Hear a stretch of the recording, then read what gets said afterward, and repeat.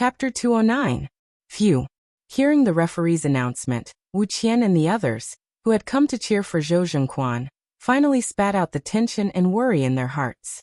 Although they had little contact with martial arts and had not watched much of the competition between body refining and Danqi realm, the momentum that Zhou Zhengquan had just shown and the horror that was beyond the limits of the human body were clearly reflected in their minds, making them unconsciously feel scared, fearful, and uneasy. It was like a person who didn't know how fierce and terrible a tiger was, but when he really met it, he would have the most intuitive feeling. When the pressure was relieved, they were delighted. They raised their hands and cheered for the victory, forgetting that they were in someone else's dojo, and that girls should be reserved. Lin Ke was so handsome and charming. Lu Qing had a girlfriend, but did he have one? Similar thoughts flashed through the minds of Wu Qian's roommates. Beside them, Zhao Chong, Qiu Zhigao, and the others were also enjoying the taste of victory. The pressure of professional eighth pin and Dan state was so suffocating. Listening to the shouts in the spacious and quiet atmosphere, Zhou Zhengquan patted his black martial arts suit, turned around leisurely, and walked down the ring unhurriedly, as if he had no intention of seizing the time at all. If he walked too fast, his movements would be unsightly. Thinking of this, he felt his calves were twitching and his thigh muscles were trembling. His body was showing signs of reaching its limit, so he had to walk slowly to maintain his elegant and calm demeanor. As for whether this would give Lin Ke a chance to recover, he was calm and not worried, because the focus was not on him, but on senior sister Zhua. The distance he needed to walk down the arena was much less than the distance she needed to walk from the home team seat to the arena. As long as he finished the stone steps before she ran, it wouldn't be a delay. In the seats of Songqing University Martial Arts Club, after hearing the cheers of Sun Jian, Li Mao, and the others, Yanjika finally relaxed her tense body and the lines of her pursed lips softened. She leaned towards Lu Cheng and whispered, "I thought my brother would lose just now." There was a little fear in her voice that couldn't be concealed. Zhou Zhengquan's 3 consecutive strikes seemed to be able to crush any professional ninth pin fighter. Under his clothes, Lu Qing held the girl's hand and smiled. "I was scared too." Yanjika's eyes sparkled as she looked at the figure standing in the ring. She could not believe her own judgment and asked, "What do you think my brother can do in this round?" "Your brother isn't a true Dan stage mighty one yet. He has imitated the outburst of a Dan stage mighty one twice in a row. Come, to push the meteor force, the burden is definitely not small." There were some words that he couldn't think of to express at the moment, so he simply used the written language. And he also withstood Zhou Zhengquan's continuous outbursts. "I guess he's almost at his limit." What he was implying was that he shouldn't expect his brother-in-law to exhaust Zhui Yanjun, or even defeat her. Yanjika showed her white teeth and bit her lower lip. Then she sighed. "I think so too. Humph, you can't even say something nice to comfort me." "Something nice to listen to?" Lu Qing smiled and said, "We've already won 2 rounds. Even if your brother didn't exhaust Zhui Yanjun, and even if senior Sun Jian didn't defy the heavens, we only lost 2 to 3. When we return to our school, we still have a chance." Speaking up to this point, he paused, and said without arrogance or inferiority, "After suffering this loss and knowing that Hou has such a supernatural ability, I won't be so affected anymore, and I won't be so tired when facing Zhou Zhengquan. At that time, I'll be able to exhaust him even more, and even force out his continuous outbursts in advance, so that your brother can deal with him more easily and play the last round better. We have hoped to win 3-1 and turn the tables." Looking at her boyfriend's steady and high-spirited face, and listening to his confident and not arrogant words, Yanjika's eyes sparkled. She unconsciously raised the corner of her mouth and nodded hard. In the fan forum, Eternal Nightfall, Yin Shaoling said, touching chin expression. "I suddenly feel that Lin Ke is not bad. He looks quite clean and good-looking. He also has a good temperament. Why doesn't he have a fan forum? Yeah, although I like my idol more, I have to admit that Lin Ke is better looking than him." Brahmin also sent a puzzled emoji.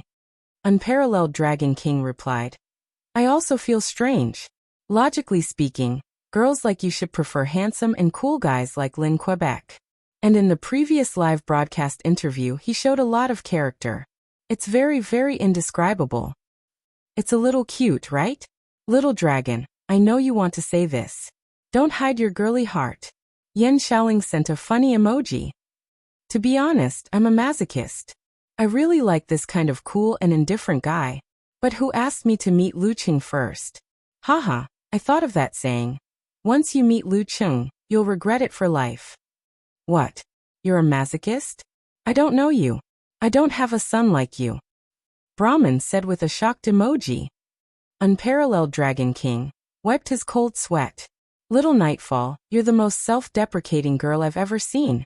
After that, he added, I think the reason why Lu Qing has a fan forum is because he created too many miracles in the Warrior Sage Challenge tournament. In the words of some novels, people pay more attention to him because he has the color of a legend. And after a long time, people will either hate him or become fans. I'm just kidding. Yan Xiaoling spread her hands helplessly. Little dragon, what you said makes sense this time. I was influenced by Lu Cheng's crazy momentum when he defeated a professional 9th pin fighter. That's why I looked up his previous information. I was fascinated by him bit by bit. At this time, all the good names are taken by dogs said. Who says no one likes Lin Ke? I like him, but I prefer him and Lu Qing as a couple, so it's better to stay here, haha. The other female ID, Nia Chichi, smiled and said, in my opinion, the reason why Lu Qing has a forum is mostly because of persevering fans like you, Little Nightfall. I quite like Lin Ke too. I thought of setting up a private forum for him, but I thought that after it was set up, only 1 or 2 people would chat in it. How boring would that be? Sigh, only you and Fan could persevere. Lu Qing already had hundreds of fans in the forum, but only 20 or so showed up during the competition. Less than 10 familiar faces were spamming the forum. It could be seen how difficult it was for a martial artist of a lower rank to gather fans. Many people might have been interested in the forum at that time, but soon forgot about it afterwards. Hey, I was praised. I'm embarrassed. Yan Xiaoling sent a blushing emoji. Brahmin said excitedly, Little Nightfall, why don't you help Lin Ke to create a fan forum? We'll help you. Sob, I wanted to, but I'm a loyal child. Forget it. How about I go in a sock puppet? Yan Xiaoling replied without any sense of shame. Forget it. Let's leave it to Lin Ke's true fans. Unparalleled Dragon King suggested. Yan Xiaoling nodded and said, that's true. Little dragon, do you think Songqing University can win today? Damn, why are you talking about such a frivolous topic at such a serious time? Unparalleled Dragon King complained crazily, and then said, it depends on how much energy Lin Ke has left. If he can give Zhui Yanjun a tremor punch, Sun Jian will be easy. If he can't, maybe they will lose 2-3. They still have a chance to make a comeback at home. They played weird today. With the coach's summary, it will be different when the time comes. Yes, I understand. I won't cry if I lose today. Brahmin interrupted. In the stands, Yi Yaoting was stunned for a moment. She looked at her companion beside her and asked, Sister Lan, why are you in a daze? Jiang Wan came back to herself and smiled. I'm thinking, if I were to face Brother Zhou at his peak, how confident would I be to not lose under his 3-hit combo? How confident? Yi Yaoting asked curiously. I'm not good at math. I can't figure it out. Jiang Wan rolled her eyes. How could she give a specific number based on her feelings? She thought for a moment and said, anyway, I'll be at a disadvantage. It won't be easy. After the preliminaries, I thought I had a chance to reach 7th pin. Haha, now it seems that I was thinking too much. The ranking event for 6th pin and 7th pin would be expanded to include the combination of several provinces, such as the Southwest. Of course, places with many fighters such as the capital Huahai could hold it alone. As for the high-ranked Dan stage, that is 4th pin and 5th pin, it would be a national competition. As for the top 3 pins, there were other rules. I thought I was the best among the professional 9th pin fighters. Yi Yaoting complained and made fun of herself. Jiang Lan turned to look at her and said seriously, you're already at the peak of body refining, and you've been through the preliminaries. It's time for you to take a break and think about the Dan stage. Otherwise, even Xiao Yuan will surpass you. He's gained a lot in Guangnan. Maybe within this year or in the first half of next year, he'll be able to reach the Dan stage. In the final round of the National University Martial Arts Competition in April, Li Xiaoyuan's Martial Arts Club of Guangnan University made it to the top 4, while Shanbei University, led by Peng Liyun, successfully defended its title. Yes. Yi Yaoting nodded with a rare solemn expression. When Zhou Zhengquan walked down the last stone step leisurely, Shui Yanjun was already in front of him. After giving each other a high five, Zhou Zhengquan lowered his voice and said gently, "He's almost there. Don't be rash. Be careful of his counterattack." "Okay." Shui Yanjun took a deep breath, passed Zhou Zhengquan, and stepped on the stone step. She was different from most of the disciples of Wenxing school. She also practiced Xianshui swordsmanship derived from Xuanwu true sword, which was quite powerful. She had an unusual devotion to martial arts. Every time she stepped on the arena, she would first express her gratitude to martial arts for changing her life. "I'm an ordinary girl. Except for my pretty name, my looks are ordinary, my personality is ordinary, my family is ordinary, and my IQ is ordinary. According to the normal development, I should go to an ordinary school, do an ordinary job, meet an ordinary boyfriend, experience one or several relationships, and finally step into the hall of marriage and live an ordinary life, just like what my parents showed me. Fortunately, I have the talent for martial arts, and now I can experience a different life." While expressing her gratitude, Shui Yanjun came to the opposite side of Lin Ke, thinking about Zhou Zhengquan's words and waiting for the match to start. The referee ignored Lin Ke's breathing and raised his right hand. "Begin." Shui Yanjun immediately moved, avoiding the front. Using her arms as swords, she cut, chopped, pointed, and flicked. She fought very cleverly. Lin Ke stood in place, using his hands, elbows, arms, shoulders, and legs to block. He looked like he was struggling to hold on. Her feet slid, and Shui Yanjun flashed to Lin Ke's side. Her right arm slashed diagonally, full of strength. At this moment, Lin Ke's face was abnormally red. His back muscles swelled, and his spine squirmed. He forcibly pulled his body to face Shui Yanjun, avoiding the sword. He stepped forward with his right foot, closing in on his opponent like a meteor. Then he raised his left arm, and his temples bulged. His right fist shot out like a cannonball. This series of moves flowed smoothly. Unexpectedly, Shui Yanjun only had time to block with her elbow. Bang! The fist hit. Her body shook, and various descriptions of the tremor punch flashed through her mind.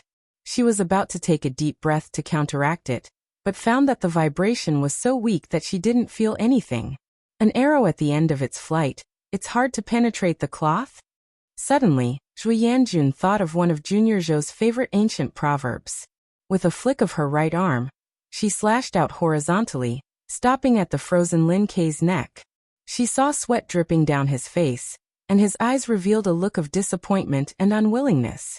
Round 4, Shui Yanjun wins. The referee announced the result. Lin Ke didn't say anything. He turned around and walked down. His expression didn't change much, but his legs seemed to be heavier. Lu Qing jumped up from his seat and went to him, trying to support him. When he reached Lin Ke, he saw this silent and introverted brother-in-law slightly lower his head. He heard him say with difficulty, "I'm sorry." "Sorry?" Lu Qing was stunned. He didn't know where this sorry came from, but he soon felt Lin Ke's stubborn desire to win and unyielding pride. "Last time, after I defeated Wei Xingtian, I fought 2 more rounds to secure victory. I didn't let his desperate efforts go to waste. This time, although he defeated Zhou Zhengquan, he didn't have the strength to fight again. So he was unwilling, so he was in pain, so he was sorry." Everyone felt that losing was acceptable, but he didn't. He only had victory in his eyes. This was Lin Ke. Lu Qing reached out and patted Lin Ke's shoulder. He said seriously, "Win it back next time." Chapter 210. Win the next round. Hearing Lu Cheng's words, Lin Ke didn't speak again. He only nodded slightly, but the disappointment and unwillingness in his eyes had faded away. Instead, a faint but absolutely pure desire to fight burned in his eyes. At this time, Sun Jian walked to the two of them and said half jokingly and half self-deprecatingly, "I always said that you two would deprive me of the opportunity to fight, But now I really hope that you two won't give me such a chance. If this was a chat on the internet, he would have added a laugh and cry emoji. Lu Qing was almost amused by him. He deliberately said in a serious tone, "Fight well and enjoy the greeting of a professional ninth pin." Enjoy? Sun Jian suddenly shivered and looked up at Zhuo Yanjun, who was neither red nor out of breath. He had the illusion that a frog was about to challenge a poisonous snake. How to fight a professional ninth pin who was almost in perfect condition? This wasn't enjoyment, it was torture. However, if he didn't face a professional ninth pin directly, how could he figure out his own problems? How could he dare to face his own father in the graduation season? He took a breath and reached out his right hand to Lin Quebec. Lin K's expression returned to indifference, but he still raised his arm and bumped Sun Jian's right palm. As a psychology student, he knew very well that such ceremonies were to cultivate a sense of community and strengthen cohesion. But he didn't want to expose it and exclude himself. Sun Jian walked past his two companions and went up the stone stairs to the arena. Although he wasn't as nervous as Li Mao, he couldn't help but feel nervous. The gap between him and Zhuo Yanjun couldn't be filled by shouting slogans and shouting hot-blooded words. Last year, when Chen Zhonghua challenged Lin Ke, he was already one of the best fighters of amateur first pin. He was so proud of himself that he wanted to take part in the professional ranking event. However, he was utterly defeated. After that, he practiced hard for more than half a year. It was not until the end of last month that he successfully broke through and got the coveted professional ninth pin certificate. Zhuo Yanjun was rated as a strong ninth pin, so her strength should be about the same as Lin Ke's from last semester, or even a little bit stronger. But now Lu Cheng, who wrote amateur third pin and studied amateur second pin, was still a lot weaker than Chen Zhonghua at that time. 1 plus and 1 minus, the gap between them was obvious. Forget it, I'll show my style and spirit. Sun Jian consoled himself and got into position. When the referee announced the start of the match, he followed the plan and did not engage in guerrilla warfare. Instead, he unexpectedly launched an attack. His bent back and knees straightened, and he pounced on his opponent like a ferocious tiger. Although Zhuo Yanjun did not expect such a change, her strength was there, and she was confident. She calmly took a step forward and blocked the path of Sun Jian's footwork. Her right shoulder exploded, and her arm slashed vertically like a sword. Pa!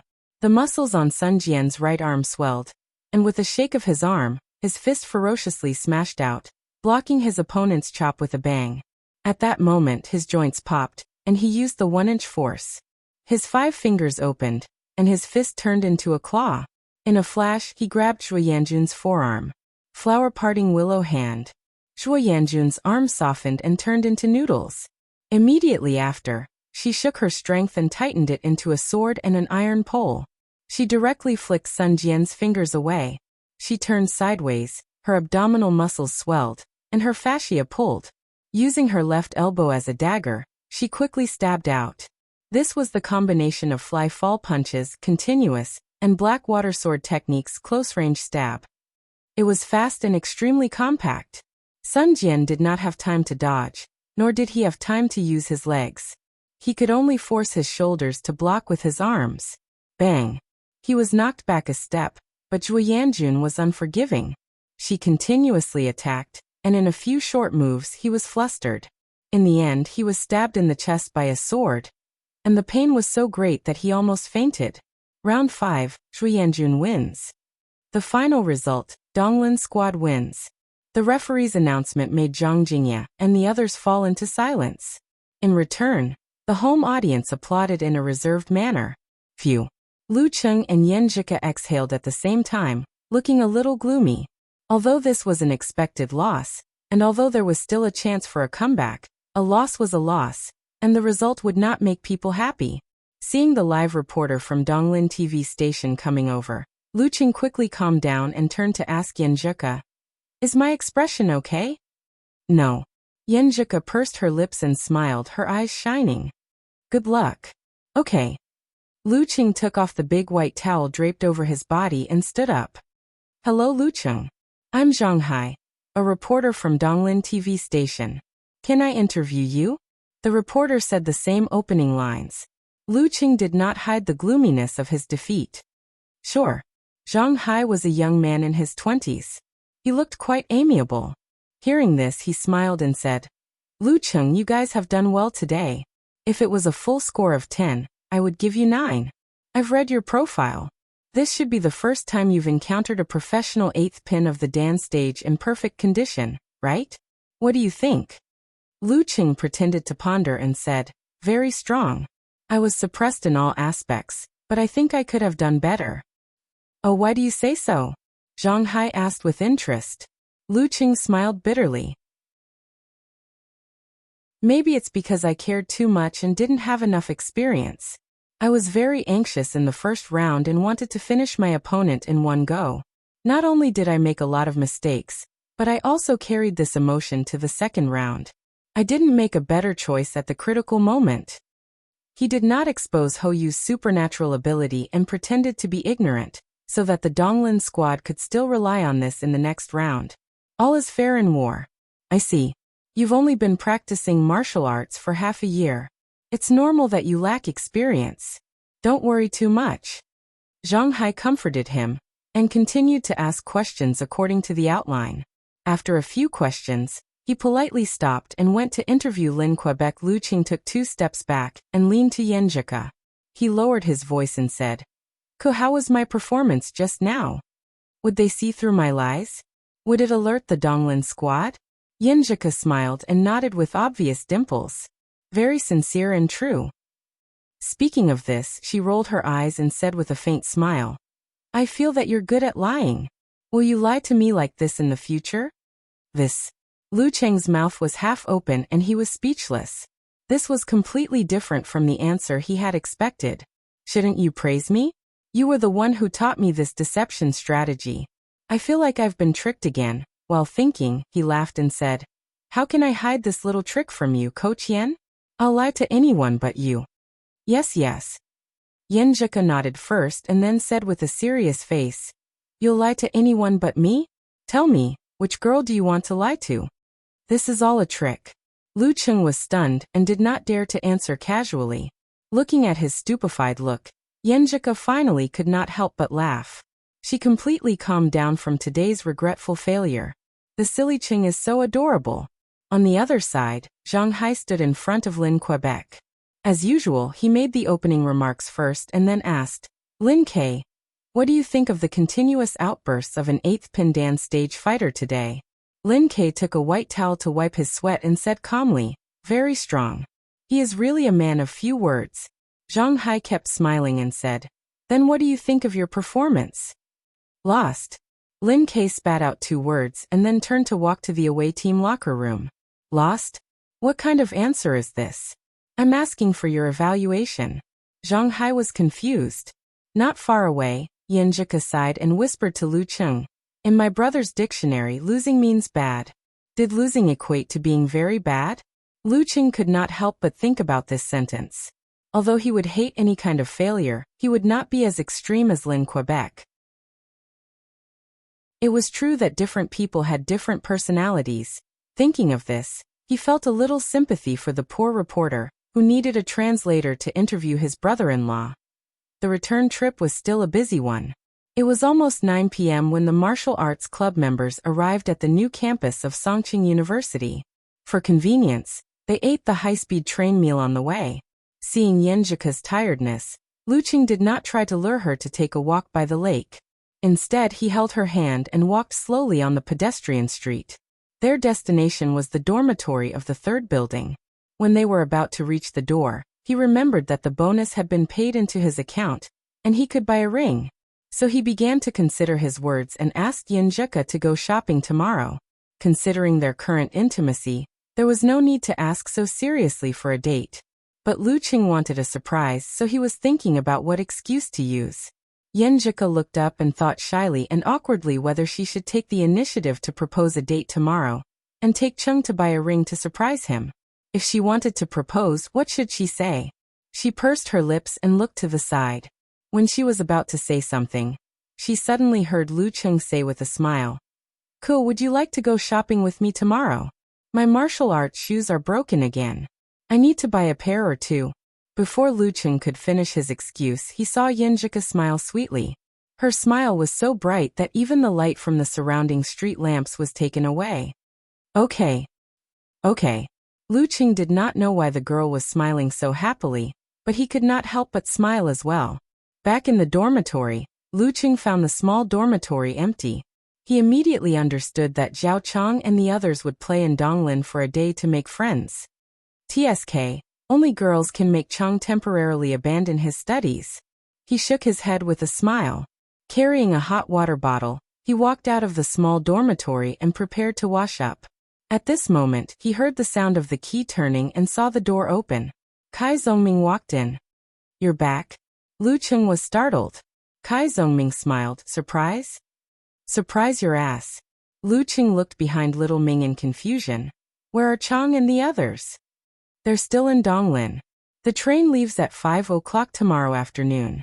Kai Zongming said matter-of-factly. "Then why did you come back by yourself?" Lu Qing asked, amused. Kai Zongming said, "I have special training tomorrow morning. Besides, I already have a girlfriend.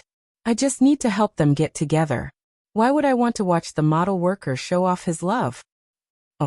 Lu Qing showed his understanding with a smirk and said with emotion, "Talker, I didn't expect you to stick to the special training." Kai Zongming's face became serious. "Of course. I'm a man of my word." Then he pretended to be excited and said, "Cheng, I'll make up for the bench seat next semester."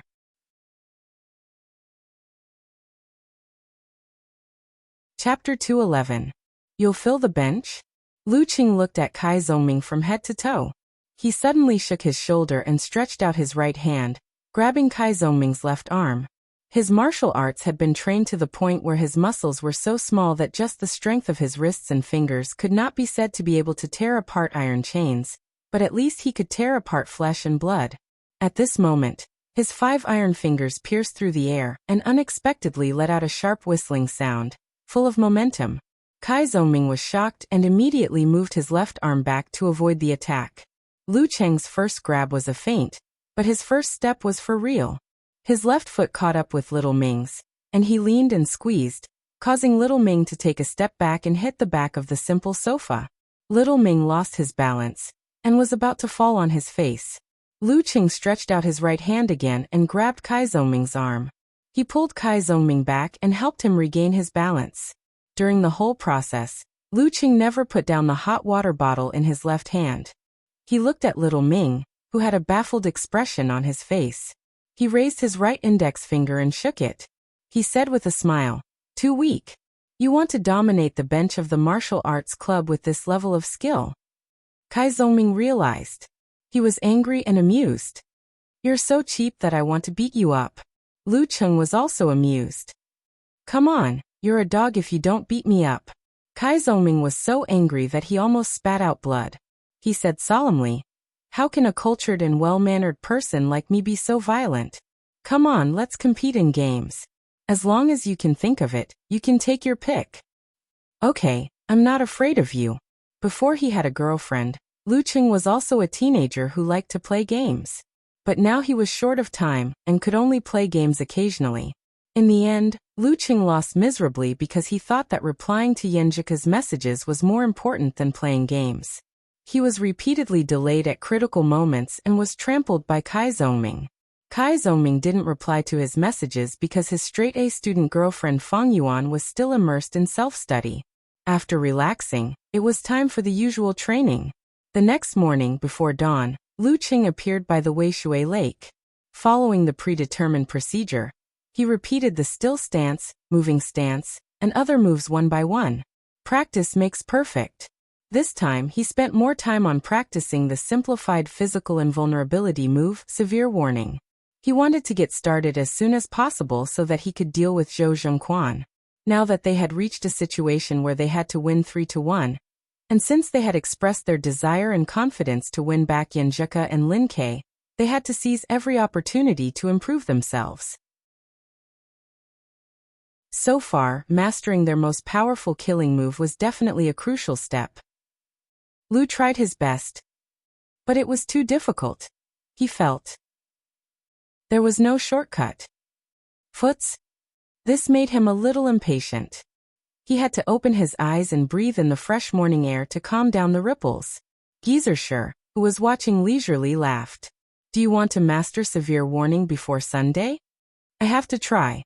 Lu Qing blushed.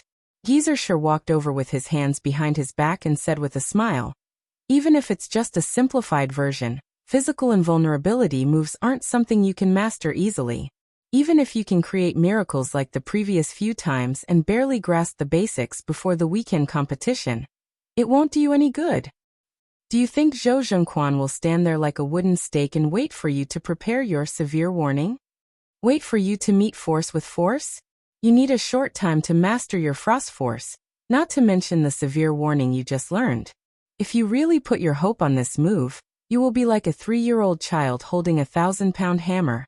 Not only can you not hit the enemy, but you can also hurt yourself. Lu Qing took a deep breath and felt that what his master said made a lot of sense. He had been too optimistic about it. Fighting with an 8th Pindan stage fighter, who was much more experienced and powerful, an unskilled move would only be a failure. Master, what should I do? Lu Qing finally thought of asking for advice. Geyser coughed twice and said, as an elder in your life and as your teacher, I have the responsibility to tell you that failure and setbacks are not things that you can avoid if you want to. Reality is not a game that you play. Not every obstacle is within your ability. Looking at the history of martial arts development, only a very few seniors who were second to none in terms of talent and luck were able to achieve undefeated in their lifetime. However, after the rise of professional competitions, the number of fights between the strong increased dramatically. This kind of feat can no longer be replicated. Experts as strong as the Dragon King, the Warrior Sage and Geyser paused for a moment before continuing. And some other experts have tasted failure and setbacks. It's not a bad thing for you to experience this earlier. I've seen many talented young martial artists who had a smooth start to their career and won many battles. Their confidence was inflated to the extreme. When they encountered an unexpected defeat, most of them couldn't accept it, and were left with a serious flaw in their mentality. From then on, their improvement slowed down and they became ordinary people. Failure and setbacks not too early or too late can make you recognize your own limits. Recognize the limits of 1 year and 10 years. Then you will understand what you should do, what you should not do, why you should be in pain, and why you should not be in pain. Fighters who have survived many life and death battles have such characteristics. They know what is impossible, know what is risky, and know the limits of their ability. Lu Qing listened thoughtfully and nodded slightly. Indeed, after the battle with Zhou Zhengquan, he realized the lack of experience and the gap between realms. After defeating Wei Shengtian, the slight contempt he had for the 8th Pindan stage had completely disappeared. If it was not so, he would not have thought of practicing severe warning. And this kind of failure only made him more determined, without too much pain and shaking of confidence. 1 year later, when he fought with Zhou Zhengquan alone, he might not necessarily lose. But to be honest, he really did not think this was a setback. Master, I understand. Lu Qing exhaled and answered. But what should I do now? I think we have a chance to turn the tables. Geyser laughed. Now, continue practicing severe warning. Ah. Lu Qing was confused. I have studied a lot. You can't lie to me. You didn't say that just now. Geyser said leisurely. The purpose of practicing severe warning is not to master it, but to use it to further master Frost Force and Thunder Roar Zen. This is what you have to fight against Zhou Zhengquan. Got it. Lu Qing suddenly realized. He had almost gone astray. The older, the wiser. After Lu Qing finished practicing hard and began to run around the lake, Geyser hummed a little song and walked to the martial arts club leisurely, as if he had drunk 10 pounds of wine. He had held back those words for several months, and now he finally had a chance to say them. He felt really comfortable in both body and mind. He felt that the sky was blue, the water was clear, the wine was good, and the air smelled better. In order to prepare for that lesson, I carefully selected a few simple but meaningful words and specially consulted the young teacher next door. I chose the most acceptable game analogy for teenagers. Do you think it is easy for me? Geyser drank a mouthful of wine happily. At 2 o'clock in the afternoon, Lu Qing woke up from a nap to relieve the tiredness from the hard practice. At the thought of going shopping with Yenjika and finding a chance to give her a ring of great significance, he was so excited that he rushed into the bathroom, cleaned himself up, and combed his hair until it looked fresh and clean. What should I wear? Should I wear something more formal to give her a ring? The inexperienced Lu Qing went back to the wardrobe and fell into deep thought. It was the middle of May, and the sun was shining brightly in recent days. Short-sleeve t-shirts and jeans were the mainstream outfit. Recalling Little Ming's guidance, he picked a pair of casual pants and a navy blue shirt. After thinking for a while, he added a thin jacket. Although it was silly to wear a jacket in this temperature, the air conditioner should be on in the mall. If Ku felt cold, the jacket would come in handy. Haha. Lu Qing went out feeling good about himself, and came to the door of the third dormitory. After a few minutes, he saw Yenjika appear at the entrance of the unit. She was wearing a white half-sleeve dress with a small waist, highlighting her slender figure. The hem of the dress was just above the knee, with the tulle wrinkles, elegant and light, coupled with her delicate facial features, elegant and graceful, and her long hair fluttering when she walked. Lu Qing really felt like he was looking at a fairy. Although they saw each other every day and he was used to it, he was still amazed by her beauty from time to time. Maybe this is beauty in the eye of the beholder? Yenjika was wearing a pair of white shoes. She didn't wear a very mature outfit, which fully displayed the most charming youth and pure beauty of her age. Feeling her boyfriend's passionate gaze, she was a little shy. She outlined her dimples, looked to the side, and said as if nothing had happened, "Let's go." Lu Qing held her hand and said shamelessly in a low voice, "I thought I saw a fairy just now." Yenjika's bright eyes narrowed. She said with both anger and delight, "You're so mushy." Lu Qing chuckled. Only then did he notice that the girl was carrying a light orange-red sling bag, which added a touch of color to her plain outfit to prevent her from looking monotonous. "I think your bag looks familiar," he said casually. "It's like, Yenjika chuckled and helped him add, "Like the yellow bag that old ladies carry when they go to pray to Buddha?" Yes. Except for the different color, everything else is similar." Lu Qing nodded hard. "I don't know what foreign designers think." Yenjika chuckled. "I remember LV has a red, white and blue handbag, which is similar to our woven bag." "Haha, yeah, I've also seen that news." Lu Qing echoed with a smile, and then said in confusion, "But I remember it's Louis Vuitton in the news." Yenjika suddenly burst into laughter. She turned to look at him, her eyes sparkling as she said, "Idiot! LV is the abbreviation of Louis Vuitton." Lu Qing wiped his non-existent cold sweat. "I always thought they were two brands." He learned something new again. Yenjika chuckled. "My other cousin also thought so before he had a girlfriend." "Well, remember, it's also nicknamed Donkey Brand. The knowledge of boys and girls is really different." Lu Qing once again felt that Coach Yen was indeed his life mentor. They talked about all kinds of things and seemed to have endless topics to talk about. It was not until they boarded the school bus and sat side by side that they suddenly quieted down for a moment. Later on, according to the predetermined opportunity, "I'll give her the ring in a surprise way." Lu Qing smiled and looked at the aisle, not letting her know what he was thinking. How embarrassing it would be to give each other rings later. And how should I hint to Chung? I can't suggest it directly. Yenjika turned to look out of the window, shy and happy.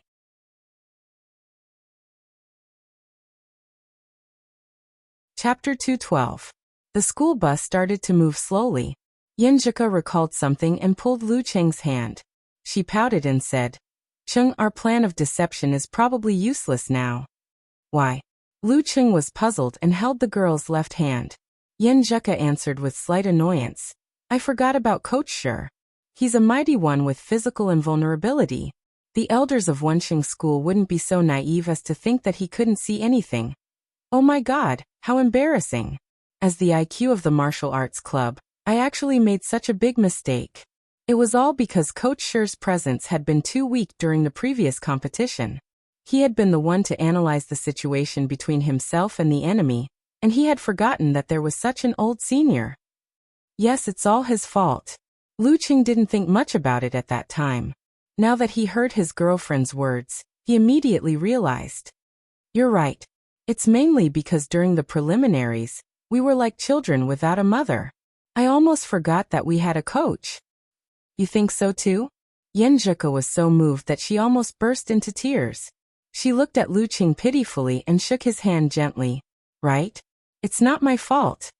And he hasn't reminded me of this since the end of the competition. Lu Qing mumbled to himself. When I went to the Warrior Sage Challenge tournament, my master didn't tell me what to pay attention to for the first time either. I don't know if he forgot, or he was too lazy, or he purposely gave me a chance to train.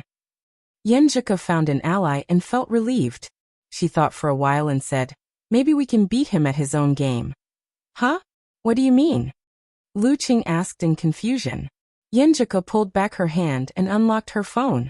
She opened her notebook and typed quickly while telling her boyfriend. You see, the depth of our thinking is like this. On the first level, we pretended not to notice Ho Yu's supernatural ability.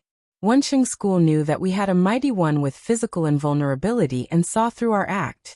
They wouldn't be fooled, so they changed the original plan from A to B. Thinking further down, which is the depth of our thinking just now, is called the second level. We thought of the flaw of the physical invulnerability coach and understood that the deception plan had failed. We knew that the Wenxing School wouldn't follow the original plan of relying on Ho Yu's supernatural ability for the competition. What about the Wenxing School? They should have expected us to notice this. Even if we didn't, the physical invulnerability instructor would have warned us. Therefore, the improved version of Plan A is even more unexpected. Lu Qing was a little confused, but he was still a student who got into Songqing University on his own merit, so he managed to grasp the main point. This kind of deep thinking game can be played continuously, right? I know something. That's right. There's only one key point in analyzing the depth of one's thoughts, and that is to accurately determine which level the other party is at, and then let oneself be one level deeper than the other party. Yenjika typed quickly and focused on her analysis. Our current information focuses on the martial arts and fighting styles of the members of the Donglin squad. We lack information on their personalities, habits, and social interactions. For now, we can only make a preliminary judgment. Their depth of thinking is probably at the second level. Listening to her serious analysis and looking at her focused expression, Lu Qing felt that Yenjika was so beautiful that he couldn't take his eyes off her. He used his sharp senses to confirm that there was no one around. So he put his arm up to block the most likely line of sight. He leaned over, lowered his head, and gave her a quick peck on her pink and smooth cheek. However, they are very likely to choose a safer and more conservative strategy. Yenjika revealed a thoughtful expression. Suddenly, she saw a shadow in front of her, and then she felt a sudden warmth on her face. She was stunned for a few seconds, and then she lowered her voice in shock and shyness. What are you doing? This is the school bus. Lu Qing didn't take any further action. He sat up straight again, looked into her eyes, and laughed in a low voice. Coach Yin was so beautiful just now. Yenjika suddenly understood and blushed. She snorted and held back the smile on her face. She turned her head to look out of the window and said, "Pervert." Her side profile was as beautiful as a peach. Lu Qing was complacent and laughed. He was happy to be called a pervert. After a few minutes, the heat on her face faded a lot. Yenjika looked around guiltily, only to see that everyone was drowsy in the afternoon sun and the slightly swaying bus. Phew. She exhaled quietly and changed the topic with sweetness in her heart. "Chung, how far have you practiced that simplified physical invulnerability move?" Cheng's face is getting thicker by the day. He can even say those mushy words without blushing or panting. Lu Qing first told him about his master's advice and then said, "That's all I can do for now." Severe warning, isn't something that can be mastered just because you want to. I still need some heat to overcome the first obstacle. The first obstacle? Is it the connection between the two visualization methods you mentioned before? Yenjika was very curious about her boyfriend and martial arts. When the two were combined, the effect was much more than 1 + 1. Looking at his girlfriend's bright eyes, Lu Qing nodded helplessly. Yeah, one is thundercloud, the other is ice. Not only do they have nothing in common, but they also repel each other. Yenjika's bright eyes looked up and muttered, "The core of my grandfather's yin-yang twist is the transformation of the two contradictory things yin and yang. In terms of materialistic dialectics, it is opposition and unity. Chung, I think you should think in this direction." At this point, she smiled and took Lu Cheng's forearm, drawing circles on the back of his hand. "This symbol is very vivid." Lu Cheng stared at it and felt it with his heart. He whispered to himself, "Tai Chi, opposition and unity, the transformation of yin and yang." Thoughts flashed through his mind. Suddenly he thought of a better reference. "Isn't the Jindan in my body the unity of ice and fire? Can I imitate it and not try to connect the two visualization methods, but directly mix them together to form a similar balance? In that case, will the final severe warning be mutated?" The more Lu Cheng thought about it, the more excited he became. He held Yenjika's hand and looked at her sincerely. "I think I have an idea. Coach Yen is indeed amazing." "Really?" Yenjika was pleasantly surprised, happy and proud.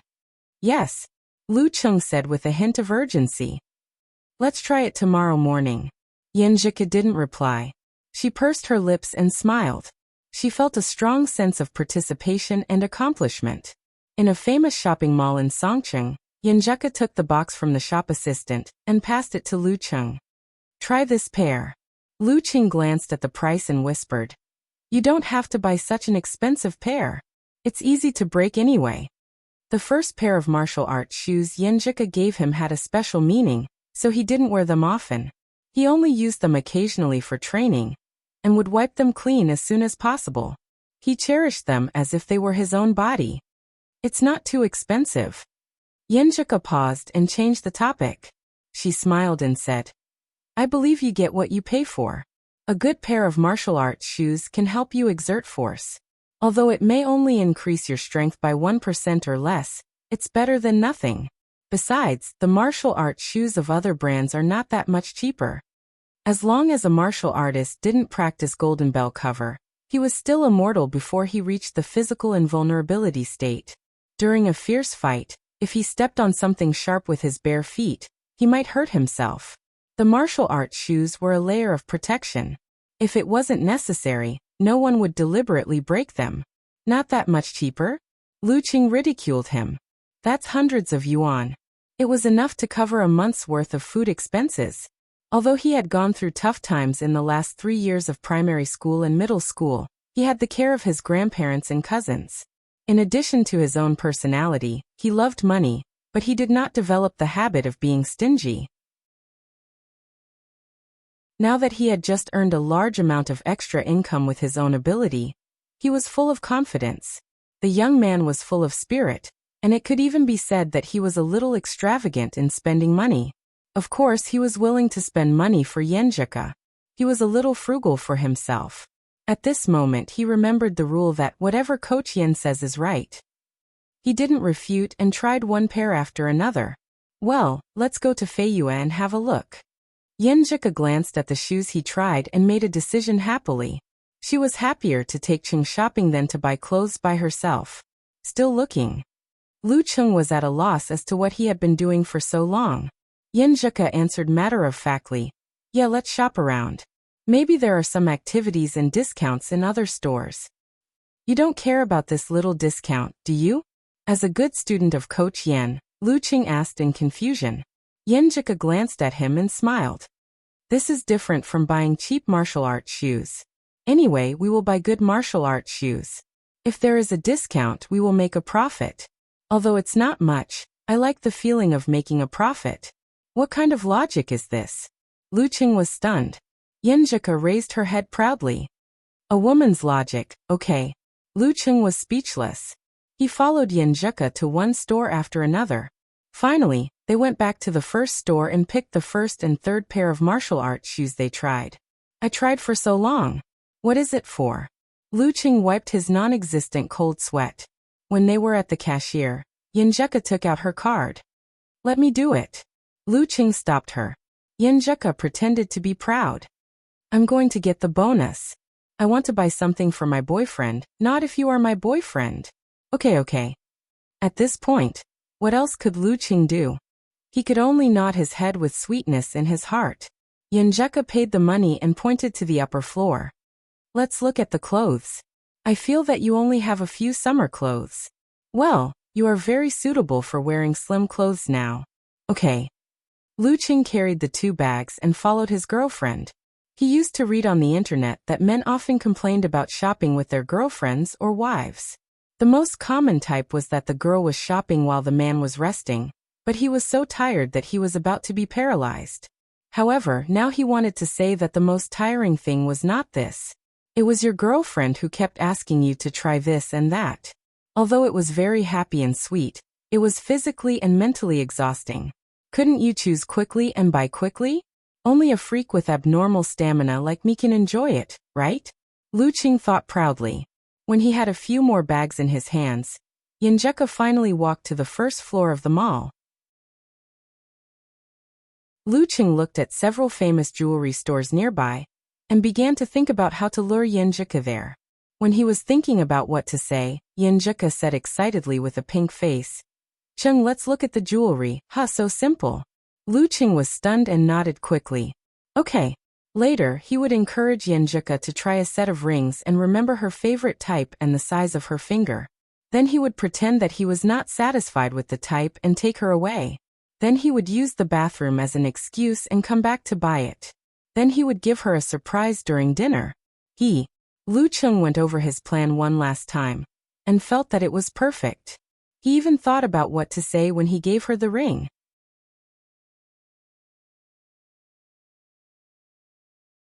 Chapter 213. Yenjeka looked straight ahead, not daring to turn her head to look at Lu Qing. She randomly picked a jewelry store and rushed in, pretending to admire the jewelry, but her heart was beating fast. I can't let him find out my purpose. That's so embarrassing. Luckily, I'm smart enough not to let him hold my hand before I suggested it. Otherwise, I'd be exposed. Wait, how should I hint to him? Lu Qing followed Yenjeka's gaze and looked at the rings in the glass counter. His heart was also beating fast, but it was because he was scared. All the diamond rings here cost more than 100,000, 70,000, 80,000, 50,000 or 60,000. The cheapest one costs more than 10,000. Compared with them, my private savings are so shabby. Lu Cheng's hidden pride of earning more than 30,000 in half a year disappeared. He felt a little inferior, but more of his desire and drive. While he was still young, he still had the ability to work hard. He must succeed. And in the field of martial arts, according to his master, dance stage was the beginning of the martial arts world. Yenjeka didn't know what she was looking at. It took her dozens of seconds to come to her senses. She glanced at the jewelry inside, walked a few steps calmly, and switched to the platinum ring counter. She started to choose carefully. Seeing the prices here, Lu Qing felt like he was back in the world again. Following the girl's gaze, he pointed at a simple classic ring and asked, "Do you want to try it?" So proactive? Yenjeka was stunned and pretended to be normal. Okay. She and Lu Qing both had good temperament. The shop assistant put on the gloves and asked with a smile, "Miss, what's your ring size?" "I haven't bought one before. Please measure it for me." Yenjeka answered frankly and didn't feel embarrassed that she hadn't bought one before. Which kid would buy a ring for no reason? Okay. The shop assistant turned around to look for the utensils. For Lu Qing, this was the highlight. His eyes were shining and his ears moved slightly. Yenjeka looked at him and felt that Chung was a little strange.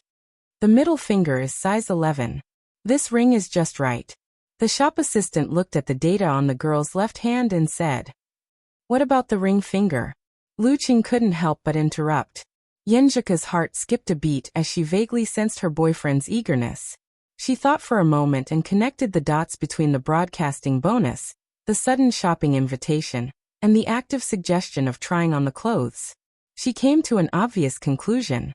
Does Orange want to give me a ring? The corners of her mouth curled up little by little. She couldn't hide her smile no matter how hard she tried. Her ink-black eyes flickered with a bright light. The phoenix does not have a pair of wings, but our hearts are as one. This poem appeared in her mind, and her heart felt warm and sweet. Ring finger 9. The shop assistant finished the measurement and took out the ring Lu Qing had mentioned before. She put it on Yenjika's middle finger and complimented her with a smile. It fits you perfectly. It's beautiful. Let's take a look at the others. Yenjika took the initiative to speak before Lu Cheng could think of an excuse. She took off the ring and deliberately looked at her phone. Holding back her laughter, she said seriously, Cheng, I have something to ask you. What is it? Lu Cheng allowed himself to be pulled out of the jewelry store by the girl and stopped at a corner. He was confused. Yenjika bit her pearly white teeth and said with a faint smile, Do you want to give me a ring? Lu Cheng was stunned by the slap. Was I so obvious? Where's the promised surprise? The girl's pretty face became serious. Don't lie to me. Lu Cheng blushed and had to confess. Yes, I was thinking about giving you a ring since I gave you the prize money for the preliminaries. We have been officially dating for almost 100 days.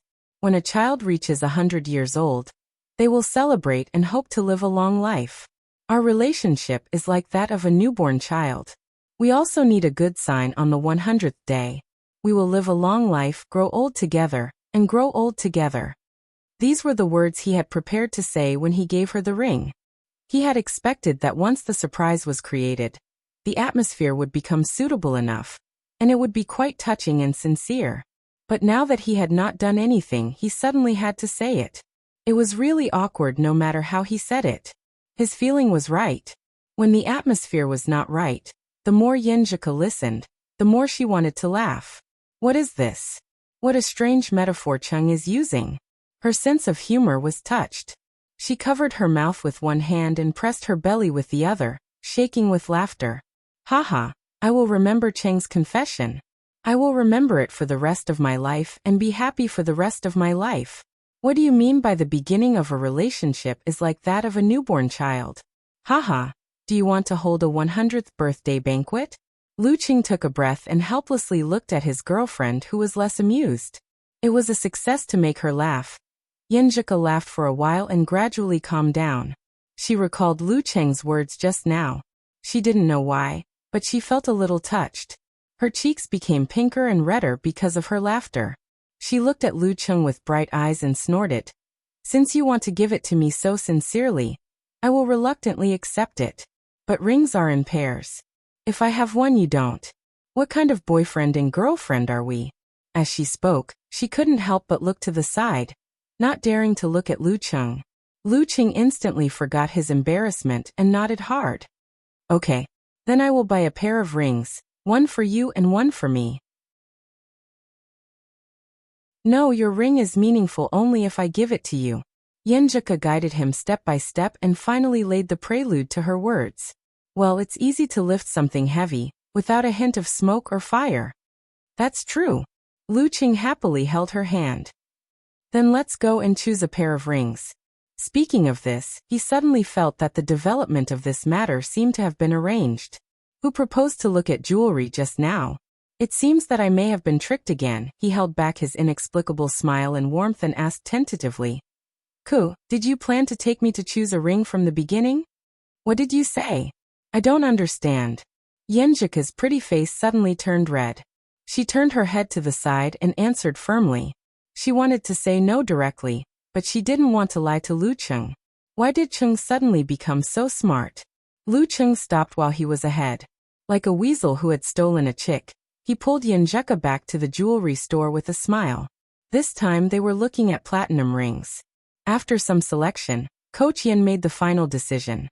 They bought a pair of simple and classic rings. There were only 2 spiral lines on the rings that converged at the front, setting off the polished water droplets.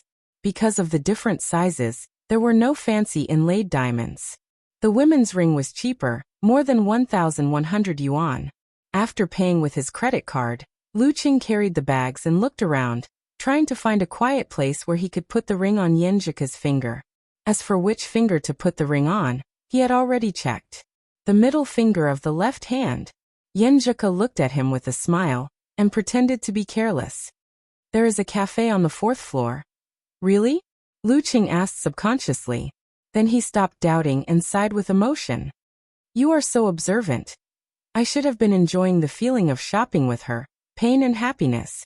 Yenjika proudly raised her head. Of course, I am a famous detective. Fourth floor, Yuan Mu Coffee. They found a booth in a corner where there was no one around. This time, Lu Qing deliberately sat opposite Yenjika, opened the box of the women's ring, and solemnly picked up her left hand. Yenjika lightly bit her lips, blushed, with dimples on her cheeks. Her eyes were a little evasive, but she still firmly watched Lu Cheng's movements, watching him carefully put the ring on her middle finger. In an instant, she felt that the atmosphere around them had become very solemn and serious, not like a couple playing house. While slowly pushing the ring down, Lu Qing half-jokingly said from the bottom of his heart, "I'm sorry. Put on this ring, and you are my wife." When he said the word wife, he had a heavy feeling that this would be the most sacred responsibility in his life. This ring is very ordinary, but I will give better and better ones in the future. Engagement rings, wedding rings, anniversary rings. Yenjika burst into laughter. She wanted to scold him for his wishful thinking, but when she opened her mouth, she didn't say anything. She looked at Lu Qing drunkenly as he completed the ceremony. Then, she opened the box of the men's ring, picked up the ring, and took Lu Cheng's left hand over. Her body slightly trembled as she helped him put it on his middle finger. Her eyes looked at the two shining rings, and she said shyly and brightly, "Put on this ring, and you are my Cheng."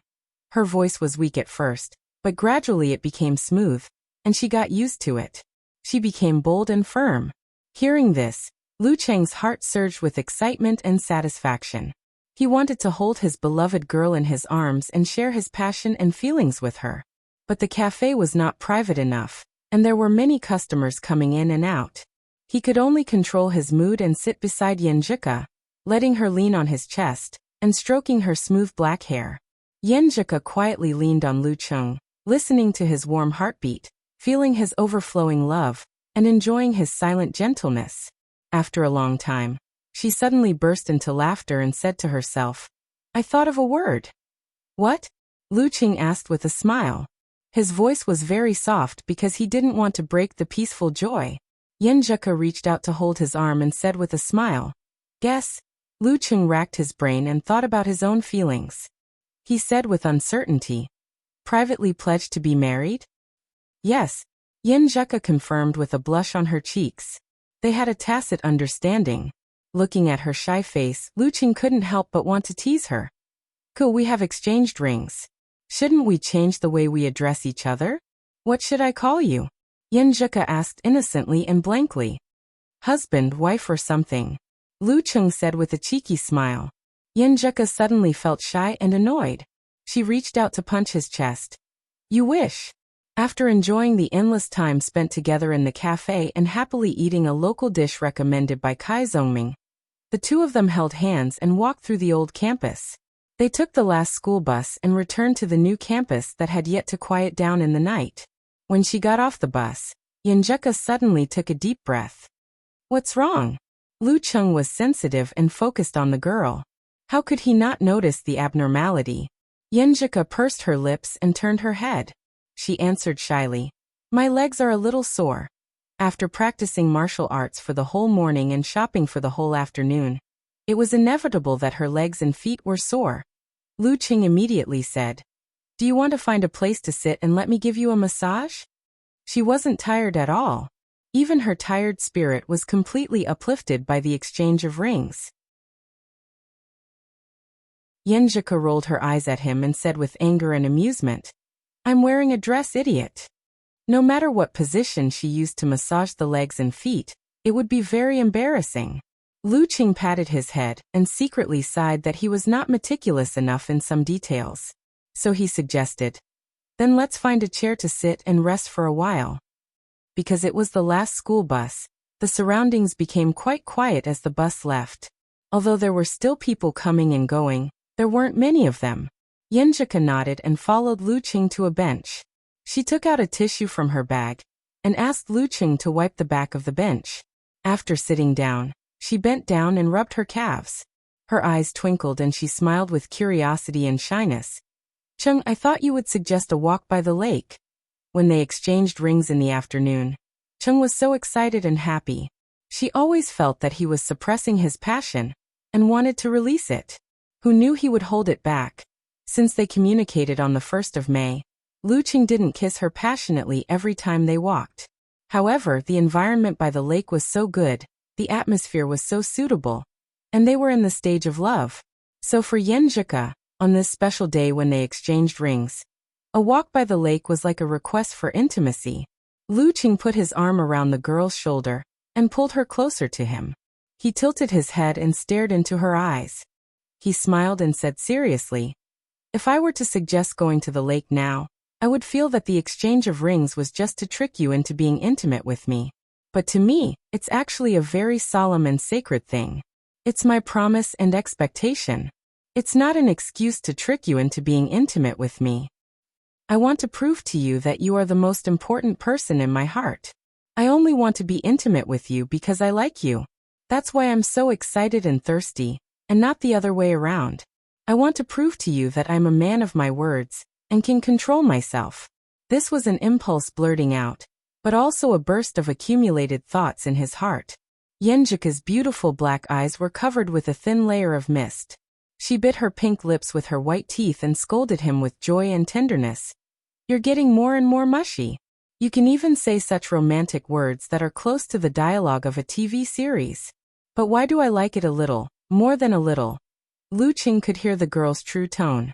He smiled and said, "Anyway, I don't want our special day to be mixed with desire." Of course, there was passion and impulse in the afternoon, but he restrained himself. Speaking of this, he added with a smile, "In fact, I also like our relationship like this." "I like it too." Yenjika leaned her face on Lu Cheng's shoulder with a peaceful and beautiful smile. After a short snuggle that didn't need to be spoken, she kept whispering, half teasing, half confused. What if I invite you to take a walk by the lake tomorrow night?" Lu Cheng's heartbeat suddenly sped up.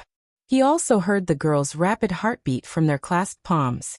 His mouth was dry and full of expectation. "Then I'll definitely be happy." Yenjika's lips parted and she took 2 quick breaths to calm down the heat on her cheeks. She smiled and said, "I'm just saying if. I just wanted to tease Cheng. But why do I feel like I'm possessed by a ghost after saying it?" But Cheng's reaction is really funny. Lu Qing shook his head with a smile. He rubbed the girl's hair and deliberately said fiercely, "Be careful or I'll be beastly." "I believe you." Yenjika sat up straight and smiled sweetly. Her eyes were pure and innocent. After that, she jumped up with her hands behind her back and said, "Let's go back to the dormitory. Today is really a happy day." In the shadow of the 3rd dormitory, Lu Qing held the girl's hands and was reluctant to part with her. "See you tomorrow." Yenjika resisted the urge to stick to him and said cheerfully. Lu Qing looked at the ring on her left hand, and then at his own ring. Seeing that they were a pair, he suddenly had an impulse and pulled the girl back and hugged her tightly. "This is my wife. What's wrong?" Yenjika felt Lu Qing's excitement. She blinked and asked in confusion. Lu Qing said half jokingly and half sincerely, "I just saw the pair of rings on our hands and suddenly wanted to call you my wife." When he said this, he suddenly felt a little shy. "But I don't think I'm qualified enough to accept this title. I don't have enough ability to make your life better, so I held back." "You're so mushy." Yenjika hit him lightly. After dozens of seconds of silence, she changed her mind and held back her laughter. She left Lu Cheng's arms and said like a water lotus, How about I call you that?" "Really?" Lu Cheng was pleasantly surprised. "My words just now moved Ka so much? So much so that she could muster up the courage to call me that?" "Really?" Yenjika said with a serious expression. Okay. Lu Qing nodded hard and answered without pausing for fear that the girl would change her mind. Yenjika took 2 steps towards the door of the dormitory, then turned around and looked at Lu Qing shyly. She opened her pink lips and said in a low voice, "Wife." After that, she left Lu Qing in a daze and ran into the dormitory with a series of cheerful laughter. Her long hair fluttered in the wind. She laughed so hard that tears almost came out. "Today is really a happy day. Wife. I've been tricked again." Lu Qing wanted to be angry, but he couldn't stop smiling. He went back to the dormitory with all the bags. He looked through the bills and found that Yenjika had bought 7 or 8,000 yuan worth of shoes, clothes and pants for herself, not including the rings. She didn't buy a lot, but the price was relatively high, and seemed to think that these clothes and pants were not good enough. Lu Qing was not a fool. He could feel that Yanjeka didn't care about her own money and wasn't sensitive about it. In other words, she didn't worry about money. Thinking about the aura of Empress Dowager and the martial arts of her grandfather, many things could be understood without saying. Putting down the bags, Lu Qing replied to Yanjeka's message and sighed softly. If he wanted to marry this wife and not let her be wronged, he had to work harder.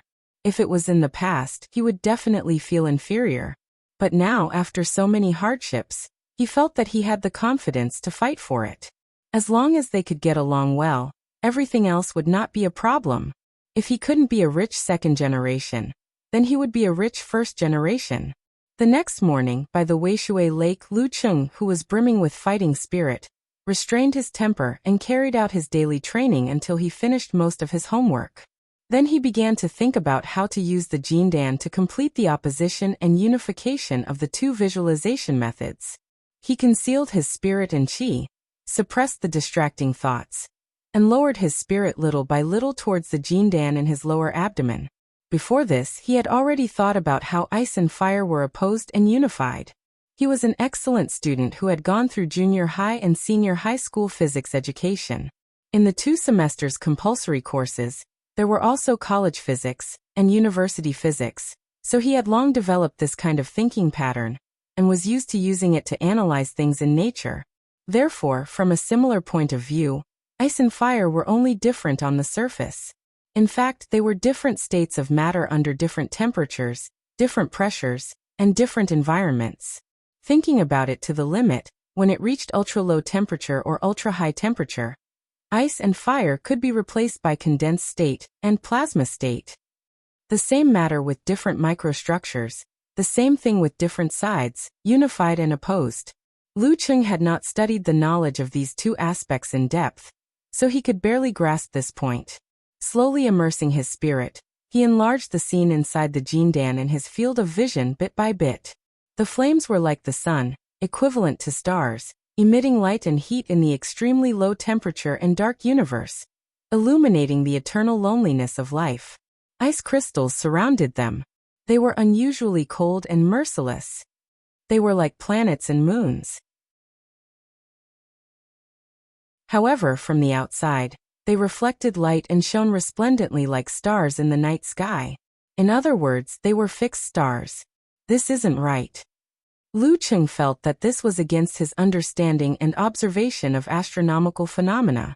He boldly made a change and no longer regarded the ice crystals as stars or planets. Instead, he regarded them as a symbol of the cold and dark universe. They represented the vast starry sky, not specific stars. His perception changed and what he saw shook. The starry sky and nebula of the Jindan suddenly enlarged to the extreme. In the dark and cold boundless void, dust and matter kept accumulating and pulling each other. Finally, it reached the limit of gravity, violently collapsing and changing, igniting flames and giving birth to stars.